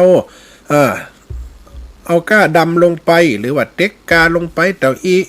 ถ้าว่าเอานี้มันได้มันก็จะร้อยฟูฝุ่นนี่ถ้าปลูกเลิกลำไปปลายเข้าจุ่มผิวน้ำท่วมเมียตายเน่าหมดนี่ ครูสอนตรงอันคือนักเรียนไปเนี่ยเข้าถึงไห้มันได้เกี่ยวเลยคนที่เปิดมีประสบการณ์ลูกเจ้าไห้เจ้านะเจ้าให้เจ้านะพ่อเปิ่นอยากจะได้แม่เปิ่นอยากจะได้มันได้หูได้เฮียนนะพอเปิ่นเอาแม่เปิ่นสอนพ่อเปิ่นสอนด้วยมืออันเนี้ยเปิ่นห้องทฤษฎีคือการเฮียนอยู่ในตีห้องสี่เหลี่ยมปฏิบัติคือการลงมือทำตีจริงเนี่ยตัวเป็นภาษาเฮาไขว่ายน้ำเก่งมันถึงสู้เปิ่นได้อีพ่ออีแม่นะอาตมาภาพจะได้บอกหรือแนะนำเฮาไปพอเตบางตีเปิ่นเอาป่ามาขายเอากบมาขายสิ่งบ่เนี่ยที่เขาเลี้ยงไว้แล้วเขาเอามาขายเพื่อเป็นกันปล่อยชีวิตสัตว์สุดท้ายมาป่ามันนี่บันหลอดสักตัวอีปล่อยแม่พ่อยังมันเคยค้นเลี้ยงเด้อกินอาหารโดกบกับกินอาหารถึงเวลาค้นมาเฮือจมเจมเอาไปปล่อยนะไล่ไหนไล่นั่นมันถึมหลอดไปอยู่แพะอยู่ป่ามั่มจางหากินตายอย่างเดียวนกหนูหูปีกตัวเคยเก็บมาเลี้ยงมาเป็นแต่ไข่ได้มาแต่น้อยอย่าปล่อยเข้าไปมันกับบัญชาหมัดจะซับกินอย่างใดอันใดนาฝนอันใดนาห่อนอันใดมีกำบังอันใดมีห่มอันใดมีหางมั่มจ่างแปงดูพ่อแม่มั่มได้สอนไว้มั่มได้หันพ่อหันแม่มันเนี่ยเอาไปอยู่ปุ๊บเอาปลาดุกไปปล่อยปลาสะโดปลาหลิมปลาเลาะปลาตัวใหญ่ก็จะกินมันเหียเอาปลาเยียนปลาอย่างลงไปน้ามันเลิกผ่องหัวเอาไปปล่อยเจี๊ยบผลหมุดโปเอาไปปล่อยลงน้ำลงกว่านลงน้ำแม่น้ำวังน้ำปิ้งน้ำซอยน้ำยังกระตามน้ำแปะน้ำนานมันสามารถจะว่ายได้เนี่ยตัวเป็นภาษาใครไปว่ายน้ำแกงเปิ้นอยู่น้ำแกงเนาะจะล้อมพอดเขาไปหันใส่ปลาเป็นหมูมันตึงปุ่งหรอมันต้องปุ่งตึงว่ายฟัดเฟสเนี่ยหันตัวมันละบ่มโคหันซอยจะขี้ดิกหันแตะนี่เอาหิงเขาซ้อนอันหนึ่งเขาจำตันมันละถ้าเป็นปลาเลี้ยงกบเลี้ยงสิ่งที่เขาไปปล่อยมันอุ่นหรอมันกุ้นหรอมันก็อยู่ของมันไปอันนี่ว่าคนมาหืออาหารมันก็หล่นมากลายเป็นอาหารเสียเลยนี่อันก็กรรมนี่สามารถสอนได้ในอีกบ่อยแมวเอาไปเปรียบเทียบอันนี้เป็นกรรมที่อาตมาภาพเขียนลิขิตขึ้นมาตัวเป็นภาษาไขว่ายน้ำเก่งคือคนไม่มีประสบการณ์ในการทำงานการทำงานในสิ่งที่บ่มีความหูทำไปแล้วมาเกิดผลประโยชน์ทำไปแล้วมีผลสำเร็จเปิ้นกล้าตัวกล้าเปิ้นขายเปิ้นตัวขายเนี่ยเปิ้นขายน้อยเปิ้นลงทุนน้อยกำเดียวหรอเปิ้นลงทุนจากกำหน่อยแม่นก็อีพ่ออีแม่ขายพริกขายห่าขายเกี๊ยขายสิ่งต่างๆขยับขยายเอาของร้านนั่นมาเปาะร้านนี่ขายเปิ้นจักหั่นไปขายหั่นเปิ้นก็ได้กำตื้นได้กำไห้ไปซื้อเอาตองไปซื้อเอาหมากเอาเมียงไปซื้อร้านนั่นกำ15เปิดมาขายต่อแหมน้อยเป็นกำ18เปิ้นก็ได้กำไห้รวมโหซื้อมาเก่าโดโตน่ะซื้อนั่นซื้อนี่เปิ้นขายพริกตัวขายพริกเปิ้นขายข้าวตัวขายข้าวเปิ้นซื้อมาเตอฮื้อตัวจากซื้อเตอฮื้อเปิ้นซื้อมากำถัง2ถังเปิ้นมัดถุงขายเป็นลิตรเป็นแข็งเปิ้นขายไปเปิ้นขายหมดได้กำไห้100 200เปิ้นก็เป็นตื้นเปิ้นละได้กำไห้ละตัวนิ่มหูหันเปิ้นขายได้ถ้ากูขายได้ต่ออีมดได้100ถ้ากูมาขาย100ถังกูจะได้ปันได้10,000เอาไปขายกะกินตันหมด3ลูกขายมันตันเปิ้นกำซื้อหมด3หมดบอลหมดนี่เอาไปมากำให้หยุดต้องเปื้นมากินกำตันไปหื้อไฟกำเอาเป็นข้าวเก่าข้าวหมอนไปเหียพริกกระติดหนอนติดดวงไปเหียนี่เปิ้นเอามาจ่ายเหมยมาตักมาตื่นเหียก่อนลูก เราฟ้องเปิ้นเอาไปนึ่งแล้วมาตากเนี่ยแดงงามอย่างกุ้งควานี่สื่อเซลเนี่ยตัวมันจังเนี่ยเอาไปหั่นเอาไปอัดปิบอัดถุงเลยวันเลยคืนได้ขายกลายเป็นเหน่าเนี่ยไอ้พ่อไอ้แม่เนี่ยตัวมีประสบการณ์จะไปทำงานในห้างร้านเปิดมดเปิดตัวเปิดร้านน้อยไปหาร้านใหญ่คนเฮาเปิดลงทุนน้อยได้นักเพราะว่าเปิดมีประสบการณ์ตัวลงทุนคำเดียวอยากได้นักเปิดร้านอาหารร้านก้าเปิดตึกเปิดโรงแรมสุดท้ายมาเจ๊งขายที่ขายบ้านพร้อมที่ดินอีโลเนี่ยนั่นขายบ้านพร้อมหนี้สินอีกอะ ได้สักอย่างนี่อันก็อยู่ไว้แม่ตัวเป็นภาษาใครไปวายน้ำแข็งน้ำแกงมันตึงพอเหมาะนี่คือประสบการณ์ต่ำทำงานมีความสำเร็จสอนในคนปัจจุบันใดนั่นก็อีบ่อยแม่ที่เปิ่นไปอยู่ด้วยเจ้าตัวนายเพราะว่าเจ้านายสอนแล้วปุ๊บเปิ่นสามารถปีกตัวปีกหัวปีกหางออกมาได้สามารถบินคนเดียวได้ปีกกาขาแข็งบินคนเดียวได้อันนี้คือประสบการณ์เปิ่นเนี่ยตัวเนี่ยเปิ่นทำตัวทำก็ แฮมอันหนึ่งคือควายน้อยไข่งานเก้าตานไข่นออันนี้กำที่7นะวันนี้จะถึงกำที่ประมาณทักที่10ก็ได้เนาะถ้าอาจจะถึงเวลามันไหลกลเข้ามาตอนนี้ก็27นาทีเนาะมื้อนึงก็เปิดสายหน้าไม้เพิ่นเอาอันที่7คือควายน้อยไข่งานเก้าตานไข่นอเป็นจะได้อีปล่อยแม่คือคนที่ทำงานเกินหน้าที่ทำงานบ่มีความประสบการณ์เหมือนกันอันนี้ควายน้อยไข่งานเปรียบเสมือนอย่างตะกี้ควายเท่าลมโปโลควายเท่าลมโปคนเท่ายังฟังไข่หัวกันตะกี้ยายพรยังโทรมาอยู่เนาะมันมีแต่หลุดอันพระอาจารย์อีหลอยแม่เพิ่นว่าอันนะ ควายเท่าลมโปคือลักษณะคนเท่าที่บ่เจียมตัวบ่เจียมสังขารทำงานเหมือนคนหนุ่มแข่งกับสังขารตัวเก่าสุดท้ายมากกะเหียอับปับลูกได้อันที่7คือควายน้อยไข่งานเก้าตานไข่นอควายน้อยไข่งานคืออันยังอีปล่อยแม่ควายน้อยก็คืออย่างตัวย่ำขึ้นงานเดียวย่ำปิดนมแม่กำแต่โลกใครเป็นควายงานขันเป็นหลักล่อไข่หลักหันเป็นหลักไทยไข่หลักหันเป็นหลักไม่หลักรัวใครทำตัวยังกำลังปอกำเตือนี่คือละอ่อนตีด้อยปัญญาด้อยความสามารถไม่รู้เรื่องให้ทองแท้ไม่ศึกษาไม่เรียนรู้ให้ทองแท้สิ่งนั้นจะนำพาซึ่งความลำบากมาถึงตัวตนนี่พ่อควายงูน้อยมันย่ำมีกำลังปอกำเตี่ยย่ำมีประสบการณ์ในการสร้างชีวิตกำเตี่ยนี่เอาไปสร้างเนื้อสร้างตัวสร้างครอบครัวติดตัวมีประสบการณ์พ่อแม่สร้างอย่างไว้หันพ่อแม่เนี่ยไว้ทำไปมันสนใจ ว่ามันถึงเป็นของเฮามันถึงได้แน่นอนสุดท้ายมาทำไปเลยเปื่อยเลยแปะสิ่งนั้นผลตอบขึ้นมากับว่าอุปมากับเหมือนกับว่าควายน้อยติ่มมีประสบการณ์อย่างสักอย่างทำไปปุ๊บสุดท้ายมันกัดตายเพราะโดยกำลังของตัวไม่พอควายน้อยไข่งานเก้าตานไข่นอก็คือต้นตาลนี่มันมีแหละคำว่าต้นตาลต้นไม้มันนี่จำหื้อนอมันเหมือนต้นกล้วยอีปล่อยไหมต้นกล้วยนี่เปิ่นดีเหรอนอเป้านี่กำจะมีหรอเปิ่นนอเป้าก็ล้อหน่วยหล่นออกมาย่ำถึงเวลาเหมือนก็ย่ำถึงเวลาตัวยังอยู่ต้นอยู่เหมือนกับต้นตาลยืนต้นอยู่ตัวมันไม่นอใครสืบนอออกเจ้าแตกนอออกเจ้ามันนอเป้านอกล้วยนออ้อย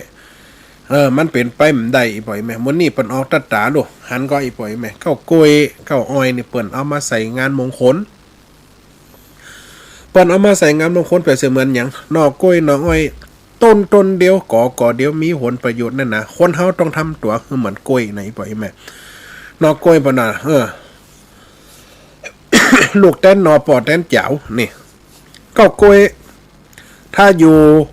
ด้วยกันเป็นหมู่ว่าก่อถ้ามีต้นเดียวอันหนึ่งเรียกว่าต้นกล้วยถ้าว่ามีขึ้นมากับห้าว่ากาบกล้วยนี่ถ้าว่าโตกมาปีออกเครือมากับห้าว่าปีกล้วยอันนั้นก็เครือกล้วยคำเครือก็ว่าเป็นเครือต่อออกเครือมาเป็นหวีบีออกหวีมาเป็นหน่วยนี่หันก็อีพ่ออีแม่มีหันมดความสามารถของกล้วยสรรพคุณมีหันมดความสามารถตีเอาจงใจหิมได้ขวางเลยกล้วยตีเปิ่นยังเอามาต้มเป็นยาเนาะกล้วยตีบเนาะคนนก่อนเปิ่นเอาปัญญาตองกล้วยตีบเปิ่นก็เอามาปัญญานี่ต้นกล้วยเขายังเอามาแกงไว้เป็นต้นเปียกกาบของมันก็ไว้หื้อหมูหื้อไก่หื้อเป็ดเอาไปเลี้ยงได้หมดผลประโยชน์เต็มตัวเลยคนเฮาคือทำตัวหื้อเหมือนหนอกล้วยหัวกล้วยเน่าโฉมาอีปล่อยแม่อัตกรอู้ย้อนหลังเนาะเขาเป็นลูกเจ้าไห่เจ้าสวนเจ้านะหัวกล้วยเน่าเปิ้นยังว่าท้าเห็นหมาต้นกล้วยเน่าเปิ้นยังเอาไปจดแป้งเตียวมานึงต้มเหล้าอัตมาภาพผ่านมาหมดนะสิ่งเหมือนเห็นนะเอาไปสักให้หลกต้นกล้วยติมันเน่าเนาะเอามาจดเอาอันหม้อเขาตังเอาหม้อสาวเขาตังเอาหม้อขังเขาย้องเอาหัวกล้วยเน่าเข้ามาจดเอากล่องโฟเขาใส่นี่ อู้แล้วก็จะว่าอุ่นบาปตัวกรรมน่าอู้ถึงว่าแม่แต่มันเน่ามันยังมีประโยชน์นี่ปล่อยแม่หน่วยเขายังกินได้จะไปเข้าเอาขวัญกันล่ามได้กล้วยจะไปทำบุญทำทานก็เอาไปแปะเอากล้วยไปนี่กาบกล้วยเนี่ยเอาแป้งสัตว์ตวงหันก็ดูโอ้ตองกล้วยปล่อยแม่จะห่อข้าวต้มมาวัด จะห่อข้าวต้มมาวัดเฮาก็ยังเอาตองกล้วยนะมาห่อข้าวต้มข้าวหนมขายตามกาดตามลีถึงวันนี่ก็ใบกล้วยสรรพคุณเต็มตัวเลยเปิดวัดนอกอันนี้เป็นเฮาว่าสรรพคุณห้ามตัวฮือมันเปิ้นเวลาปลุกเสาเฮียนมงคลปลุกเสาเฮียนมงคลแปลงตีบ้านแปลงตีจ้องแปลงขีดแปลงเด่นยังเสียงจริงเป็นสิ่งมงคลเปิ้นก็เอาเก้ากล้วยมามัดนี่เอาเก้าอ้อยมามัดอ้อยก็เหมือนกันอีพ่อยแม่บะบอกกีบมามีตาติดออกมาตกไหนมันก็งอกนี่งอกไปพอมีหน่อออกใบใบมันก็เอาไปเนี่ยสปะเหมือนกันเนี่ยบางคนก็เอาไปต้มหน่อไม้ไข่ฮื้อมันหวานกะปัดใบอ้อยเขาใส่วางตั้งนาเห็นโลโหเฮียปุ่นนะอัตมาภาพนี่ห่อข้าวต้มใบอ้อยหน่อยปล่อยแม่เนอะถ้าวันนาวันตามีการมีงานพระว่าอาจารย์ปัญจัดถ้าว่าบรรพตมีงานจะตั้งใจอันทำไปอันอวดคนเฒ่าสักเตี่ยกันห่อข้าวต้มใบอ้อยมันหวานนะอีพ่อไอแม่น่ะเอาห่อข้าวสารน้ำจะห่อข้าวสุกอัตมาภาพนี่จ้างหลายอย่างนะมีความสามารถในการจะว่าอวดตัวเก่าในอีพ่อไอแม่อัตมาภาพนี่เฮาอยู่ตัวคนเฒ่าเนาะจ้างไปสปะจ้างทุกอย่างข้าวต้มใบอ้อยเอามาน่ะมาสีกนะสีกเป็นช่วงนี่นะแบบอันใบยาวๆเฮามาสีกเป็น2อันนะเอาการเอ็นตั้งกลางออกเหี้ยเอาข้าวสารมาเอาสวยๆน้ำใส่กะละมังอ้อมถั่วดินเข้าใจอ้อมเป้าห้าวเนี่ยเฮาซอยนะเฮามาอันนี้นะบะขูดนะเอากำอังกับขูดยาวก็ได้เอาน้ำตาลเขาฟอกเห็นหน่อยถ้ามีถั่วดำกับถั่วดำห่อมัดอย่างกับพระธาตุนี่นะเอาอัน เอาอันนี้เขาจักเห็นหรอเอาตอกเขามัดนั่นอย่างกับพระธาตุเลยห้อยด้วยกันเป็นปุกต้มนี่เปิ้นห้อยเขาต้มอ้อยนอกล้วยนออ้อยเปิ้นมีความหมายแปลงบันแปลงเฮียนขุดเจ้าบางคนปุกวัดปุกว่าอันยังกระจ่างเอาตีว่านี่นะมันเปิ่งพระหมุนนี่เปิ้นว่าตกไหนก็บัดตายตกไหนก็งอก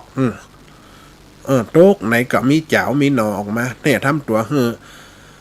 มีหนอแต่ตัวเป็นต้นตาลต้นเป้าตัวจะมาไข่นอยังเปิ่นเป็นไปเหมือนได้ต้นตาลต้นเป้าเนี่ยมันก็เป็นเสมือนว่าลูกฆ่าแม่เหมือนกันต้นล้านก็เหมือนกันลูกฆ่าแม่มีความหมายมีนี่แต่ว่าถ้าต้นล้านต้นตาลเนี่ยต้นล้านเนี่ยต้นเนี่ยออกปีออกหน่วยมาปุ๊บต้องฆ่าแม่อย่างเดียวต้องฆ่าแม่อย่างเดียวอันมีเจ้ามีนอแม่มันจริงมันเนี่ยเปิ่นก็เอามาทำเป็นบางอย่างแต่ว่าความสามารถเนี่ยคือทำตัวเหมือนกล้วยนี่มันก็จะว่าควายน้อยไข่งานเก้าตาลไข่นอเนี่ยจะไม่มีนออย่างเปิ่นเป็นไปมันได้คือทำงานเกินหน้าที่ทำงานเกินหน้าที่มันเป็นไปบัดใดอันนี้ข้อที่7โอ้ไปกับหมอนไปเงาไปอีพ่อยแม่เนาะอันที่7อันที่8คือนกจีเจ็บแถลบบินหนีที่อยู่บดีเป็นอ่องขันล่องถ้าว่าเป็นภาษากลางเขาก็เรียกว่าครับที่อยู่ได้ครับใจอยู่ยากอินโลมาเป็นไทยๆเมียงๆนะมันพระอาจารย์ไปผีซื้อเฮียก้าไทยกำเมียงกำอินโลโอ้ไทยฝ่องก่อนดิคนไทยฟังกับมีนะโยมแม่ยังหู้เป็นจังส่งข้อความมาสวัสดีค่ะสวัสดีค่ะฟังอยู่นะพระอาจารย์เนี่ยตลอดนกจีเจ็บทะเลบบินหนีตีอยู่บดีเป็นอ่องเขาลองคือว่าขับตีอยู่ได้ขับใจอยู่เนี่ยนกจีเจ็บมันแปลงห้างกับป้อตัวนะอีปอยไหมนกจีเจ็บนกอีปูนะห้างมีนิ้วเดียวเอาไปติดปืนใบใหม่ของอันยังของตีอยู่บดีมันเป็นอ่องเขาลองเพราะว่ายังลมปัดลมตีมามันกะคล้ายๆเหมือนคนเฮาเนี่ยอยู่เปิ่งป้าอาศัยห่มเงาไม้เงาตอกรวมได้แปลงห้างยังเปิดลงไปจักเอาใบใหม่มาคดกับมีนะบางตัวนะนิ้วเดียวนะไข่ไปลมมาปัดมาตีไปไข่ปลาหญ้าปลาโกงบนโลไข่ปลาหญ้าปลาโกงสุดท้ายมาไข่กระแตกห้างกระเละนี่เพราะว่ายังตัวมันแค่ต้องอันคือขับตีอยู่ได้แต่ขับใจเลยมันก็ย่อมหนีนกจีเจ็บเนี่ยมันก็ต้องหนีเอาชีวิตมันหลอดแม้เสมันคนเฮาเนี่ยอยู่ไหนฮักเปื่อนฮักฝูงฮักหมู่มีความส่งเสริมผู้อื่นบาส่งเสริมคนอื่นใจแคบทำงานก็อยู่กับตัวเงี้ยเหมือนกับนกจีเจ็บเนี่ยมีไฟมีอย่างมากมันกันนี้มันฮักเฮาฝอนนกคนอื่นนกขี้หลาดเนี่ยนกฟีหลาบนี่นะเป็นนกตุเจ้าเนี่ยอัตมาภาพห้องว่านกตุเจ้านะพระอาจารย์ยังมาว่านกตุเจ้าอย่างโอ้นี่จังหวะเล่นตุเจ้าตุลุงนะถ้าว่าตายไปนี่มรณะภาพไปนี่ตายมาเกิดเป็นนกกอแก่นี่ว่าไปเลยตู้นี่แล้ว มันว่าให้เขานะอะแต่กับตุลงเฮ้ยยังฆ่ากับไปเกิดเป็นเทวุฒิเทวดามันก็มันได้เป็นซะแม่เป็นนกกาแก่เป็นนกกาแก่จะได้เปิ้นถามเฮาน่ะเป็นนกกาแก่จะได้ตุ้ยกำพอเปิ้นแปลงวิหารเสียงถึงหลังเป็น10 ล้าน20 ล้านมันแปลงจ่วยเป็นสักน้อยก็ไม่ก็ตอกมันย่ำไปอยู่มาอยู่วัดหั่นเกาะอยู่หลังคาหั่นซุนหลังคาหั่นเอาเข็ดไม้เข็ดตอกขี้เฟื่อนในวัดหั่นแล้วมันจะได้มันห้องนกทุลุมฟังกะมันห้องจะได้ของกูเอโลของกูไอ้ตุลุงตายไปเนี่ยถ้าเป็นนกฟิลาบเฮานี่วัดกับของกูมดวิหารกับของกูมดไข่หัวเนาะตุลุงเท่าไข่หัวมันนึกจังว่าตัวนี่เอโลกระแตกะมันช่วยเป็นแปลงสักอย่างไปหนังวัดหนังว้าไปอยู่วัดอยู่ว้าอยู่บนหัวอยู่บนพระเจ้าเนี่ยไว้ขี้ใส่ให้พระเจ้าคุณขี้เป็นกากคันไกลๆนี่คันไกลๆมันจะดีบางอีความอันนี้ก็เปิ่นมันยังโหหักตัวมันหักลูกมันนกจีเจ็บเนี่ยมันทำตัวของมันกะเลกะหลัดอยู่ได้กัดอยู่ยุ่มได้มันกลับไปเหี้ยเนี่ยมันเป็นนกตีบางมีความสามารถความใจใส่อันยังเนี่ยมันเป็นไปได้ยากนี่นกจีทะเลบินหนีทำตัวให้เป็นนกอย่างอื่นเขาไปฟ้อนนกจอกกับอีปล่อยแม่เนาะแป้งไว้ไปเป้าไปล้านไปตานไปก็ไม่สูงหมดเก้าสำสากะเก้าจ้ำจุลีนี่นะแป้งหาง2 ผัวเมียหรอปั้นแล้วปั้นแหนมันไปเฮียนสารก็ไฟมาเฮียนก็เสน่ห์กันหลงกำลังนี่หรอแป้งหูดันเขาไปเห็นหรอ เอาปากห้อยลงหลุมเว้ย กว่างูกว่าแมงอันอื่นเขาไปทำลายลูกมันแปลงเข้าไปปุ๊บแปลงสลอหรออย่างกับคลองเนี่ยนะมันอย่างนะเนาะอีพ่ออีแม่เนาะไข่ในหันนี่ตัวผู้หากินไปเอามาเด็ดตัวมาฟักไข่ต่อเด็ดตัวแบ่ออกไปนกจีเจ็บอยู่กับตัวมันนะมีตัวผู้จุ้ยนกอันอื่นเป็นมีเป็นกูนกฟิลาบยังเป็นกูนะมันอยู่ด้วยกันถ้าตัวได้ตัวหนึ่งตายมันกำเอาคนใหม่ละคนเป็นนกจีเจ็บเนี่ยก็อิดใจน้อยเนี่ยอยู่ไปคนไปใจแคบมันกับไปตามภาษาของมันเนี่ยมาอูอีปล่อยแม่เปรียบเทียบฟังนี่อันที่8มันนี่จะอู้ถึงอันที่9จ้ะถ้าจะจับเวลาเนาะ9กา10กาเนาะอันที่9คือหมากี้นอนก๋วยทานนี่อันนี้เข้ากับหลักศีลหลักธรรมเนอะอีปล่อยแม่อัตมาภาพก็วิวาอยู่ประจำหมากี้คืออย่างคือหมาดำมันจะมาโกงมันจะมาขาวมันจะมาแดงมันจะมาเล่น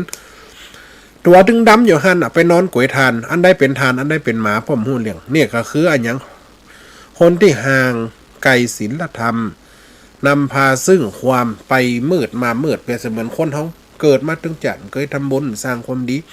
มันเข้าวัดเขาว่ามันศึกษาหาความหูซากอย่างเปรียบเสมือนหมากี้นอนก๋วยทาน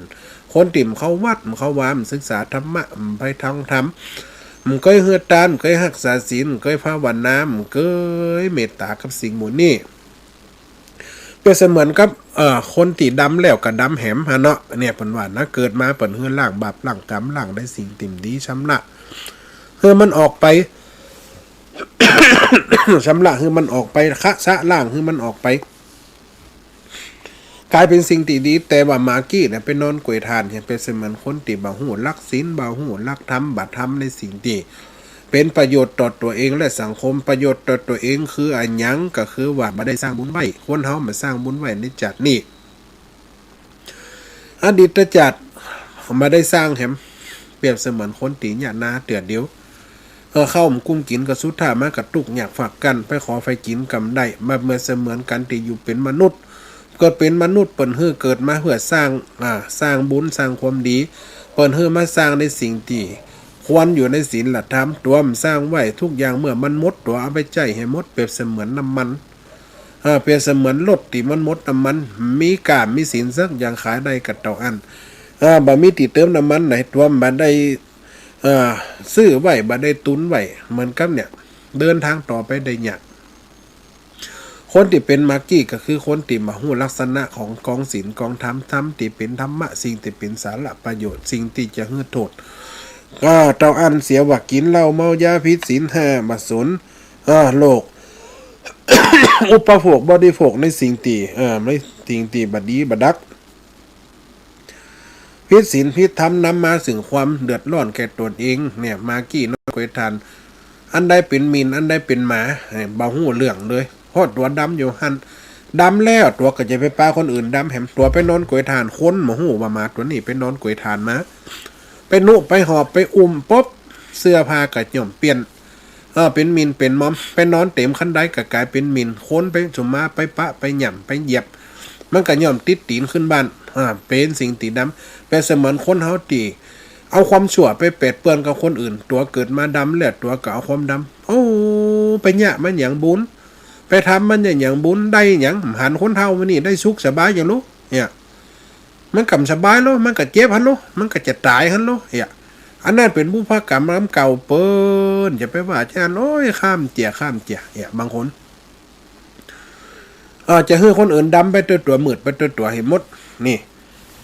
ทำในสิ่งที่ตัวเองทำบาตัวทำแล้วตัวมีความสุขอยู่ไปกินไปตามสภาพต่ออันมาสร้างบุญมีแรงบันดาลใจในการสร้างตัวก็จะอยู่เนี่ยตอนนั้นปาลมีศีลปาลมีปัญญาปาลมีหมูนี่บาบังเกิดกับคนจำพวกนี่เป็นเสมือนมากี้น้นก่อยฐานคนที่เขาวัดเขาวาคนที่ศึกษาธรรมะอีแม่ไปวัดได้แล้วเท่าแก่แลมนย้ำหนุ่มแม่กับไปขนาดนักย้ำสาวย้ำเบาย้ำเป็นแถวกับไปขนาดนักย้ำนี่ลูกมีเตากับได้ไปฝ่องป้นลูกป้นลูกแล้วก็ยังมาดูแลหลานเป็นบางครั้ง อีแม่กับไปได้อยู่ เท่าแหละแห้งทำมาละของกูเด้อพาละลูกพาละหลานกูพานละเนี่ยโซเป็นพ่อเป็นแม่ก็ดูแลไปต่อกูจะเอาธรรมะรักษาไปต่อไปเพราะว่ายังเป็นหนทางเป็นมรรคากูเพียวไว้เหมือนยำหนุ่มละเดี๋ยวนี้กูเดินตามเส้นนี่ถูกของกูละโซมทามาเนี่ยยังฮื้อปล่อยแม่เดือดร้อนฮื้ออุ้ยฮื้อตาฮื้อได้ฮื้อปูฮื้อหยาดเดือดร้อนสิ่งนี้ใจนี่คือว่าไปกะมาพอมาหมืดไปสว่างกระทับไปเหมือนมาเหมือนชนใจเสื่องอย่างเป็นคนเท่ากันเล็กกันหลัดสร้างบุญตานทำไปตามเหตุตามวันกินตัวกินผลไปตัวไปตัวละอ่อนครบศูนย์กันไปเงี้ยมันได้ประโยชน์อย่างสักอันนี่เนี่ยเรียกว่ามากี่น้นเกยทานอันที่10อันต่อไปอันสุดท้ายในการบรรยายเดี๋ยวเวลามานั้นได้จะได้โทรศัพท์เปิดสายน้ำไม้มันแหลม4-5 นาทีก็จะเปิดสายน้ำไม้เฮ้ยพ่ออีแม่ได้ได้สนทนาได้ฟังได้จ๋าคำเลี้ยงเสียงปากกันว่าในความเข้าใจเน้นตรงกันก็ว่าไฟคล้องใจตัดได้หรือไฟสงสัยจะไหนจะเสริมตัดได้เขาจะได้ได้จ๋ากันธรรมะฝ่ายเดียวมันกลับเป็นกันเอามาแต่ถ้าอีแม่ตัวหรือว่าสนทนาปราศัยแสดงว่าเข้าใจในหลักธรรมะแสดงว่าเข้าใจในหลักธรรมนี่คืออันที่10คือของมีกากระถามีปับนี่ของมีกากระถามีปับอันนี้ก็เป็นกรรมบะเก่าสมัยอาตมาภาพเขียนขึ้นมาเปรียบเสมือนคนอันยังของมีกาก็คืออันยังของที่มีโลโก้มีกามีมอกนี่น่ะคนภาษากลางเขาเรียกว่ามอกผ่านมอกละก็อีกนะถ้าคนเมียงในห้องก็ผ่านหมอกแล้วมอกก็แปลว่าหมอกก็คือว่าเขาจะแปลงบ้านจะแปลงจองจะมีรถจะมีลาไปซื้ออันติเปิ่นมีกาของดีมันตึ้มถูกของถูกมันตึ้มดีนี่ซื้อเสียแปลงใส่3แหล่งกับบะปูดใส่เสียซื้อเสียถูกซื้อถึงปีกระดูกแตกนี่ดุกมันลดไปเหี้ยของมีกาของที่เปิ่นมีกามีราคาสิ่งที่เปิ่นมีคนการันตีว่าดีแล้วไปทำบุญทำทานเถอะเปิ่นว่าดีแล้วสัญญาตัวนี้เถอะจะได้อันนี้สงจะได้บุญเนี่ยอันนี้เถอะยี่ห้อนี่ดีเกิบยี่ห้อนี่ดีเหมือนกันหมดเกิบหูกีบกับเหินกีบหมดอันหนึ่งจ้างดาวอันหนึ่งมาดาวอันหนึ่งเกิบการหลอดไฟราคามันต่างกันกระแสไปเหมือนบางยี่ห้อมันกับพุทธกับขาดไปอันนี้ของมีกาเปิดนึกว่าแล้วของมีกาซื้อมาใส่เนี่ยเป็นซื้อของจะอันมาแต่ว่ามันกับพุทธไว้กับค่าใส่ได้อันนี้เป็นปีเนี่ยพุทธในหังสูในปีเดียวพุทธ3 กูละของมันมีกามีราคามันถูกมันกัดตามสภาพมันเขาจะตนได้ ทำแล้วหูแล้ว ปฏิบัติแล้วเข้าใจแล้วได้สิ่งนี้ปะนะของมีกาก็คือว่าตามมอกตามหมอกอันยังกระจ่างเพิ่นมีหมอกมีว้าเนี่ยอย่างมันจับมันถึงดีเห็นหมดถ้ามันหลมเปี่ยมไปเนี่ยไปติมันดีนะมันก็จะหลมไปละหลวมไปมันกลับมาเป็นทางสายกลางมาเป็นมัชฌิมาปฏิปทากันในการหยักนี่คาถามีปั๊บเนี่ยมีติไปติมาเปิ้นว่าจ้างคาถาโอ้ค่าจ้างหมดเปิ้นว่าเป่าตากับเป่าตาเปิ้นว่าเป่าตุ่มกับเป่าตุ่มนี่แล้วไปเฮียนไหนมาคาถาหลอดจองเนี่ย จำเปิ้นมาหวาดตัวไปโหอย่างตัวมันได้ซึ้งได้สามได้ตีตื่นได้ไปตั้งขอบตั้งขันได้ไปเฮียนไปโหกับครูบาอาจารย์เปิ้นเนี่ยเปิ้นน้ำทำจะได้นี่ตัวก็ทำไปตามติดตัวเข้าใจ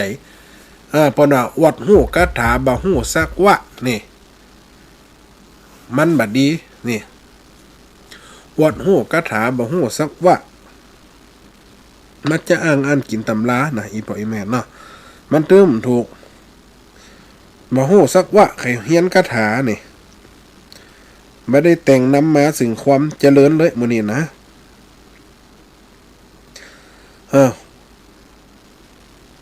บ่ได้วัดฮู้คาถาบ่ฮู้สักว่ามาขีดแต่งแต้มตำราบ่ฮู้จักไม่ขามตัวอาสาใครเป็นหมอยาสไปถงกอมบ่ฮู้จักอย่างไม่ยังกับหมดจักไม่เป่าหน่อยเป่าหลวงกับมีสะตึงหรือฮัดสะดาวดึงไอ้กับหูจักเนี่ยคาถาสมัยก่อนเปิ่นเฮียนดอกเปิ่นเขียนไว้ในปับมันก็อีปอยแม่นี่ว่าหูจักไม่คำตัวอาสาใครเป็นหมอยาสไปถงกอมซ่อหากินป่าวานแหแสะซ่อมบ่หูจักแคววังนำเลิกไปกระตายต่ออันนี่เจิงลายมวยตีวิชาบอดตึกเป็นนักเลงกาต่อลันตาบอดลูกจ้างมันว่ามันหันลูกประพันคอเหยาดังสันเนี่ยโคนอูลำตัวไข่หัวลำบานทำตัวสำคัญอวดหู้ให้มันเป็นจีอิ่มพอดียังกันคนตะกอนเปิ่นว่าคาถาอัตมานี่ศึกษาหมดไอ้ปล่อยมั้ยบางคนเปิ่นฮ้องว่าเปิ่นในปับเปิ่นฮ้องปินเตาปินเตายาในปับพ้นตีมใจลูกศิษย์ประจำกระจำหู้เรื่องเลยเปิ่นมีกรรมปริศนาเนี่ยว่าเตาะแตะลงตาต่อแตะลงตานี่แปลว่าอันหยังเปิ้นเขียนหั่นเปิ้นว่าต้นตีนเป็ดหากมันเป็นยาเน้อยานั่นยานี่นี่ลุ่มแสนปากคือหยังลุ่มแสนปากเปิ้นหางบนหีถ้าคนใจลูกศิษย์เดียวกันไปเฮียนไปเอาหยังมาใจถูกเปิ้นใจตัวยากินกำหายกินนักกระตายอ่องนี่ลุ่มแสนปากกากแสนห้อยกากแสนห้อยคืออันหยังอย่าปอกครูบาอาจารย์อันนี้เขียนไว้เนอะความใจสำนักเดียวกันใจปอกครูเดียวกับเฮาเนี่ยเขาจะฮู้เรื่องกากแสนห้อยอย่างขี้เขียงมันมีเปิ้นฮ้องว่ามันมีสารอันหยังอยู่ในตัวหั่นเอาไปขูดนั่นผสมนี่เอามาเผาเป็นดังเป็นยานั่นยานี่ลุ่มแสนปากกากแสนห้อยตีต้อยขึ้นต้นไม้ตีต้อยขึ้นต้นไม้แล้วห้องก็ว่าเปิ้นอันหยังหัวไปตั้งขี้หญ้าขี้เหยื่อป่ะนะแล้วห้องก็ว่าตดฟอกแล้วบางของบ่ฮู้ตดฟอกห้องก็ว่าหยังหากฟักละกะห้องก็ว่าบ่ใจหยังหากหญ้าตดหมากะอันนี้เป็นยานั่นยานี่คนสมัยก่อนเปิ้นยังเอามาตุบๆเจน้ำเนาะแปลงข้าวขวบนี่นะข้าวขวบหูจ้างนี่นะเปิ้นห้องเอาเป็นอย่างฝงฟูนะ สมัยเดียวมีฝงฟูสมัยก่อนมีเปิ้นอย่างอันโลอัตมาภาพนี่หันมาหมดเปิ้นตำกับมองกันเรื่องมันตอกไข่เป็ดเข้าใจยันโลฮะน้ำอันเนี่ยฮะน้ำโป่งเปิ้นห้องว่าโป่งเองนะหรือว่าหัวญาติต้นหมาเนี่ยใส่เป็นฝงฟูเอามาตื่นมาตากมาเอามาแตะไข่แคะไว้เนาะหนีบเนืดให้มันกว้างเอาไปตากแดดเอาไปตากบนขาเอาไปตากบนแตะของแห้งมากเอาไปปิ้งแต่เราปิ้นไปปิ้นมาหอมบิใส่ปากครบแคบนี่เปิ้นว่าเราห้องกวัดต้นฟอกเปิ้นจะบอกว่าหากเกียร์ยาต้นหมาหากฟักละเปิ้นว่าคนหัวไปเอาหากฟักละมาก็เป็นไปมันได้มั่นใจมันหมิ่นกินเหมือนเดียวกันแต่มั่นใจนี่ลุ่มแสนปักกักแสนห้อยปดนอดต้นฟอกแล้วฟองก็แสนบอกันยังห้างต่อไปเป็นยาอย่างสิ่งหมดนี่ที่ได้เข้าใจเนาะอันยำฮอดเดอร์เนาะสาธุเจริญพร ฟังอยู่ สาธุเนอโยมปอสำคัญเนอ ครับ เออ เพราะว่าผู้วันนี้ถ้าเขาโทรนะถ้าอาจารย์ที่เขาสายที่ตอนแรกๆเนี่ยที่ถ้าอาจารย์ออกเนี่ยนะบางเสียมันคือนั่นคือนี่มันหัวออกเลยมันเขาโทรมาท่านอาจารย์ก็ห้ามเลยค่ะ บ่ฮู้ว่าให้โทรมาแล้วเขาก็กลัวมันใจคนอื่นน่ะเขาก็ต้องฮับวอเบอร์อย่างก่อนตั้งแต่เบอร์คนอื่นโทรมาเขารายการเขาก็จะฮับนี่น่ะ อ๋อเขามันคือสีขาวเขามันแบบนี้เส้นเส้นเขาจะจืดแล้วครับ มันเป็นหยังเด้อขอบคุณนะบ่สมควรเด้อ ครับภาษาครับกำลังใจครับ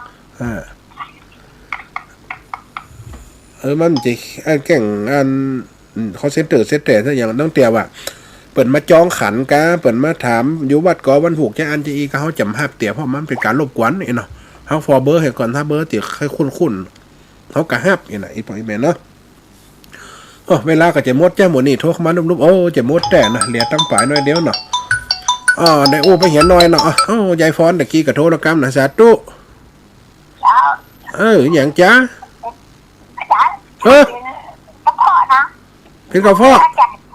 เอาเคยเจนมาต้มเอาเคยเจนเนาะอันนี้เปลี่ยนกระเพาะอันจะเปลี่ยนอย่างเดียวกระเพาะหนาถึงว่าได้กินได้ตุ้ยแล้วใช่เอาไปโลกระเพาะยังเจ็บต้องยังจ้องน่ะเจ็บต้องเขาต้นได้กะเอาอย่าดูเอาอย่าดูนะไอ้เงินออกไปเลยเงินเจนมาต้มกินด้วยบ้านอ่ะอันนี้ก็ชอบต้นดีแหละกินแล้วต้นดีแหละแล้วเอาที่เป็นหมอแล้วก่อนอ่ะ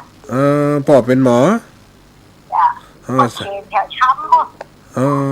สาธุเนอใจฟอนเนอแล้วอันนี่ก็หมดแล้วด้วยเนาะสาธุสาธุเจริญพรสาเจ้าท่านอาจารย์เจ้าสาธุโยมแม่กับแก้วสมัยนี้มีเลก้าเจ้ามากี่นอนก้อยทานนี่เจ้าไปวัดจัดกูคุณนะเจ้าคนฟังนี่ไปหมดแม่คนติ่มฟังกับมีปันเลอะเดี๋ยวเขาไปจวนเขาเหล่าขวัญน่ะนะเจ้ามีอยู่นอกมากี่นอนก้อยทานนี่นะเจ้ามีกะอย่างอันย้ายเขาไปกะอย่างอันย้ายกับเกี่ยวไปแล้วเขาอัตรากับดีไปวัดไปว่าอยู่ส่วนไปก็เปิดคนติ่มยินดีกับเขาเองประจุไปอยู่นอกท่านอาจารย์ตึงมีแม่ว่ามีก็เจ้าไปใดก็ไปนอกวันนั้นเนี่ยเขาเด็ดไปแล้วนะหันนี่แม่อยู่ทั้งหน้าหันฟ้อนกันหยอกอยู่เจ้าพันสาธุเนอะแต่เขาจู้คืนไปหนักกะเขามีบุญวาสนาได้กินขนมใบอ่อยก็จ้านั่นถึงจะได้ไปเยอะสาธุเนอะจะได้สาธุเจ้าท่านอาจารย์โยมแม่เพิ่นฟังแต่ทั้งละเอียดสาธุเนอะโยมแม่กับแก้วสาธุเจริญพรกับไว้สาพระอาจารย์สาธุโยมแม่วินเสริมงามสาธุตะกี้เสริมงามได้ฟังเกิงเดียวล่ะแม่ล่ะแต่อันสมองแหลมได้ฟังล่ะบ่ได้ฟังเจ้าสมองแหลมน่ะมันม่วนน้อยหรอกแต่อันน่ะมันกำมันม่วนมาหลังกันไหลมาถึงอันที่10นี่ได้เงินอยู่แม่โยมแม่กินข้าวอยู่พระอาจารย์สาธุบ่ได้โทรแม่ที่ว่าควายลมแต่ก็แม่น่ะควายเท้าลมโปแข็งโดนฝนเจิงน่ะนะโปนั่นน่ะอย่างนั้นได้ยินอยู่แล้วก็หายไปล่ะมันเป็นเพลงน่ะแม่ล่ะเจ้าแม่น่ะคือน้ำปังมันรุดตะกี้มั้ยวันนี้เสียงสัตว์เจียวน่ะวันนี้ซื้อไม้ใหม่มาอวดเห็นหน่อยสัตว์เจียวนี่แหละพระอาจารย์สาธุมันเก็บเสียงคนอูสัตว์เสียงฟัดลมมันเก็บมันหาเสียงเจ๊กจี้หีดจี้กุงห้องมันได้ยินน่ะแม่ว่านี่มีเนาะแม่นแบบนี้วันนี้โยมแม่ก็แปลงวิทยุใหม่เดี๋ยวนี้ก็เลยได้ยินเนี่ยได้ยินพระอาจารย์เนี่ยวัดวันพุธอาทิตย์ก็จะได้ยินน่ะมันได้ไปซื้อกับไว้สานะพระอาจารย์สาธุมาสรุปแห่งกรรมเนาะตะกี้ถึงเรื่องคาถาเรื่องคาถาป่ะเรื่องยันนะเรื่องยันน่ะมันโอ้โหโทรมาหลายเรื่องอันกำซออันยาเพิ่นว่านะกำซอยาที่อันทุกคนเก่าเพิ่นเขียนไว้นะบางคนก็เพิ่นว่ายาต่างๆน่ะตัวยาต่างๆน่ะเพิ่นฮอดตอแตะลงตาเนาะยำหัวเดียวหาลงเมืองนะ มันเป็นกรรมวันนี้เป็นห้องเป็นกรรมเลิกเป็นกรรมนี่เปิ้นจะบอกในลูกศิษย์สำนักเดียวเปิ้นจะบอกลูกศิษย์ต่างสำนักเปิ้นจะอู้กับสำนักเดียวสิ่งมนเนี่ยมันเป็นการค้นคว้าและฮู้ค้นคว้าแล้วก็ฮู้เพราะว่ามันเป็นสิ่งที่จะฮู้โดยปัจจัตตังใจจะฮู้โดยปัจจัตตังต้องไปร่ำไปเรียนเนี่ยเปิ้นเลยห้องว่าของมีกากระถามีปั๊บเนี่ยคือว่าศิษย์มีครูมันงูหลายเหล่าเนี่ยอาตมาภาพนี่ได้ศึกษาหลายต่าง10 ปกุลมนต์ย้ำความรู้ต่างๆกรรมอย่างต่างๆได้ศึกษาเขียนไว้เนาะสาธุเจริญพรยายเลี้ยนเส้นต่อก็นี่นะโทรมาไม่อยากมีอย่างจะอู้ว่ามาอย่างเดี๋ยวมันเรียนเก่าน่ะ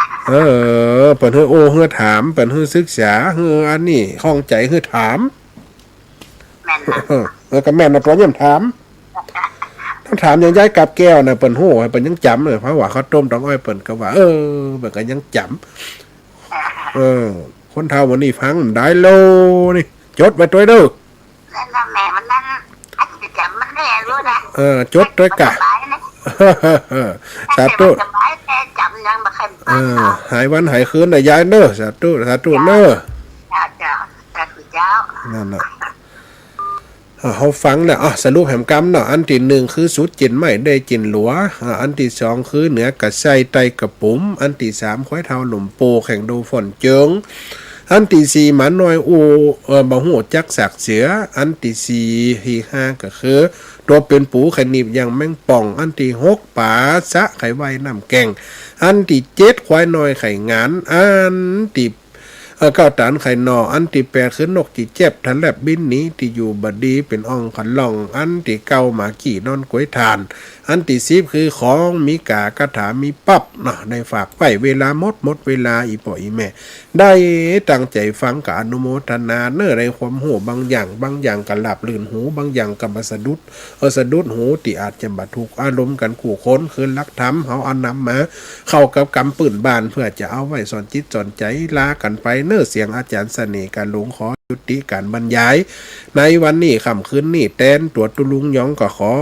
จบลงต่ออนุโมทนาครับอีป่ออีแม่คนที่ฟังรายการเน้อสา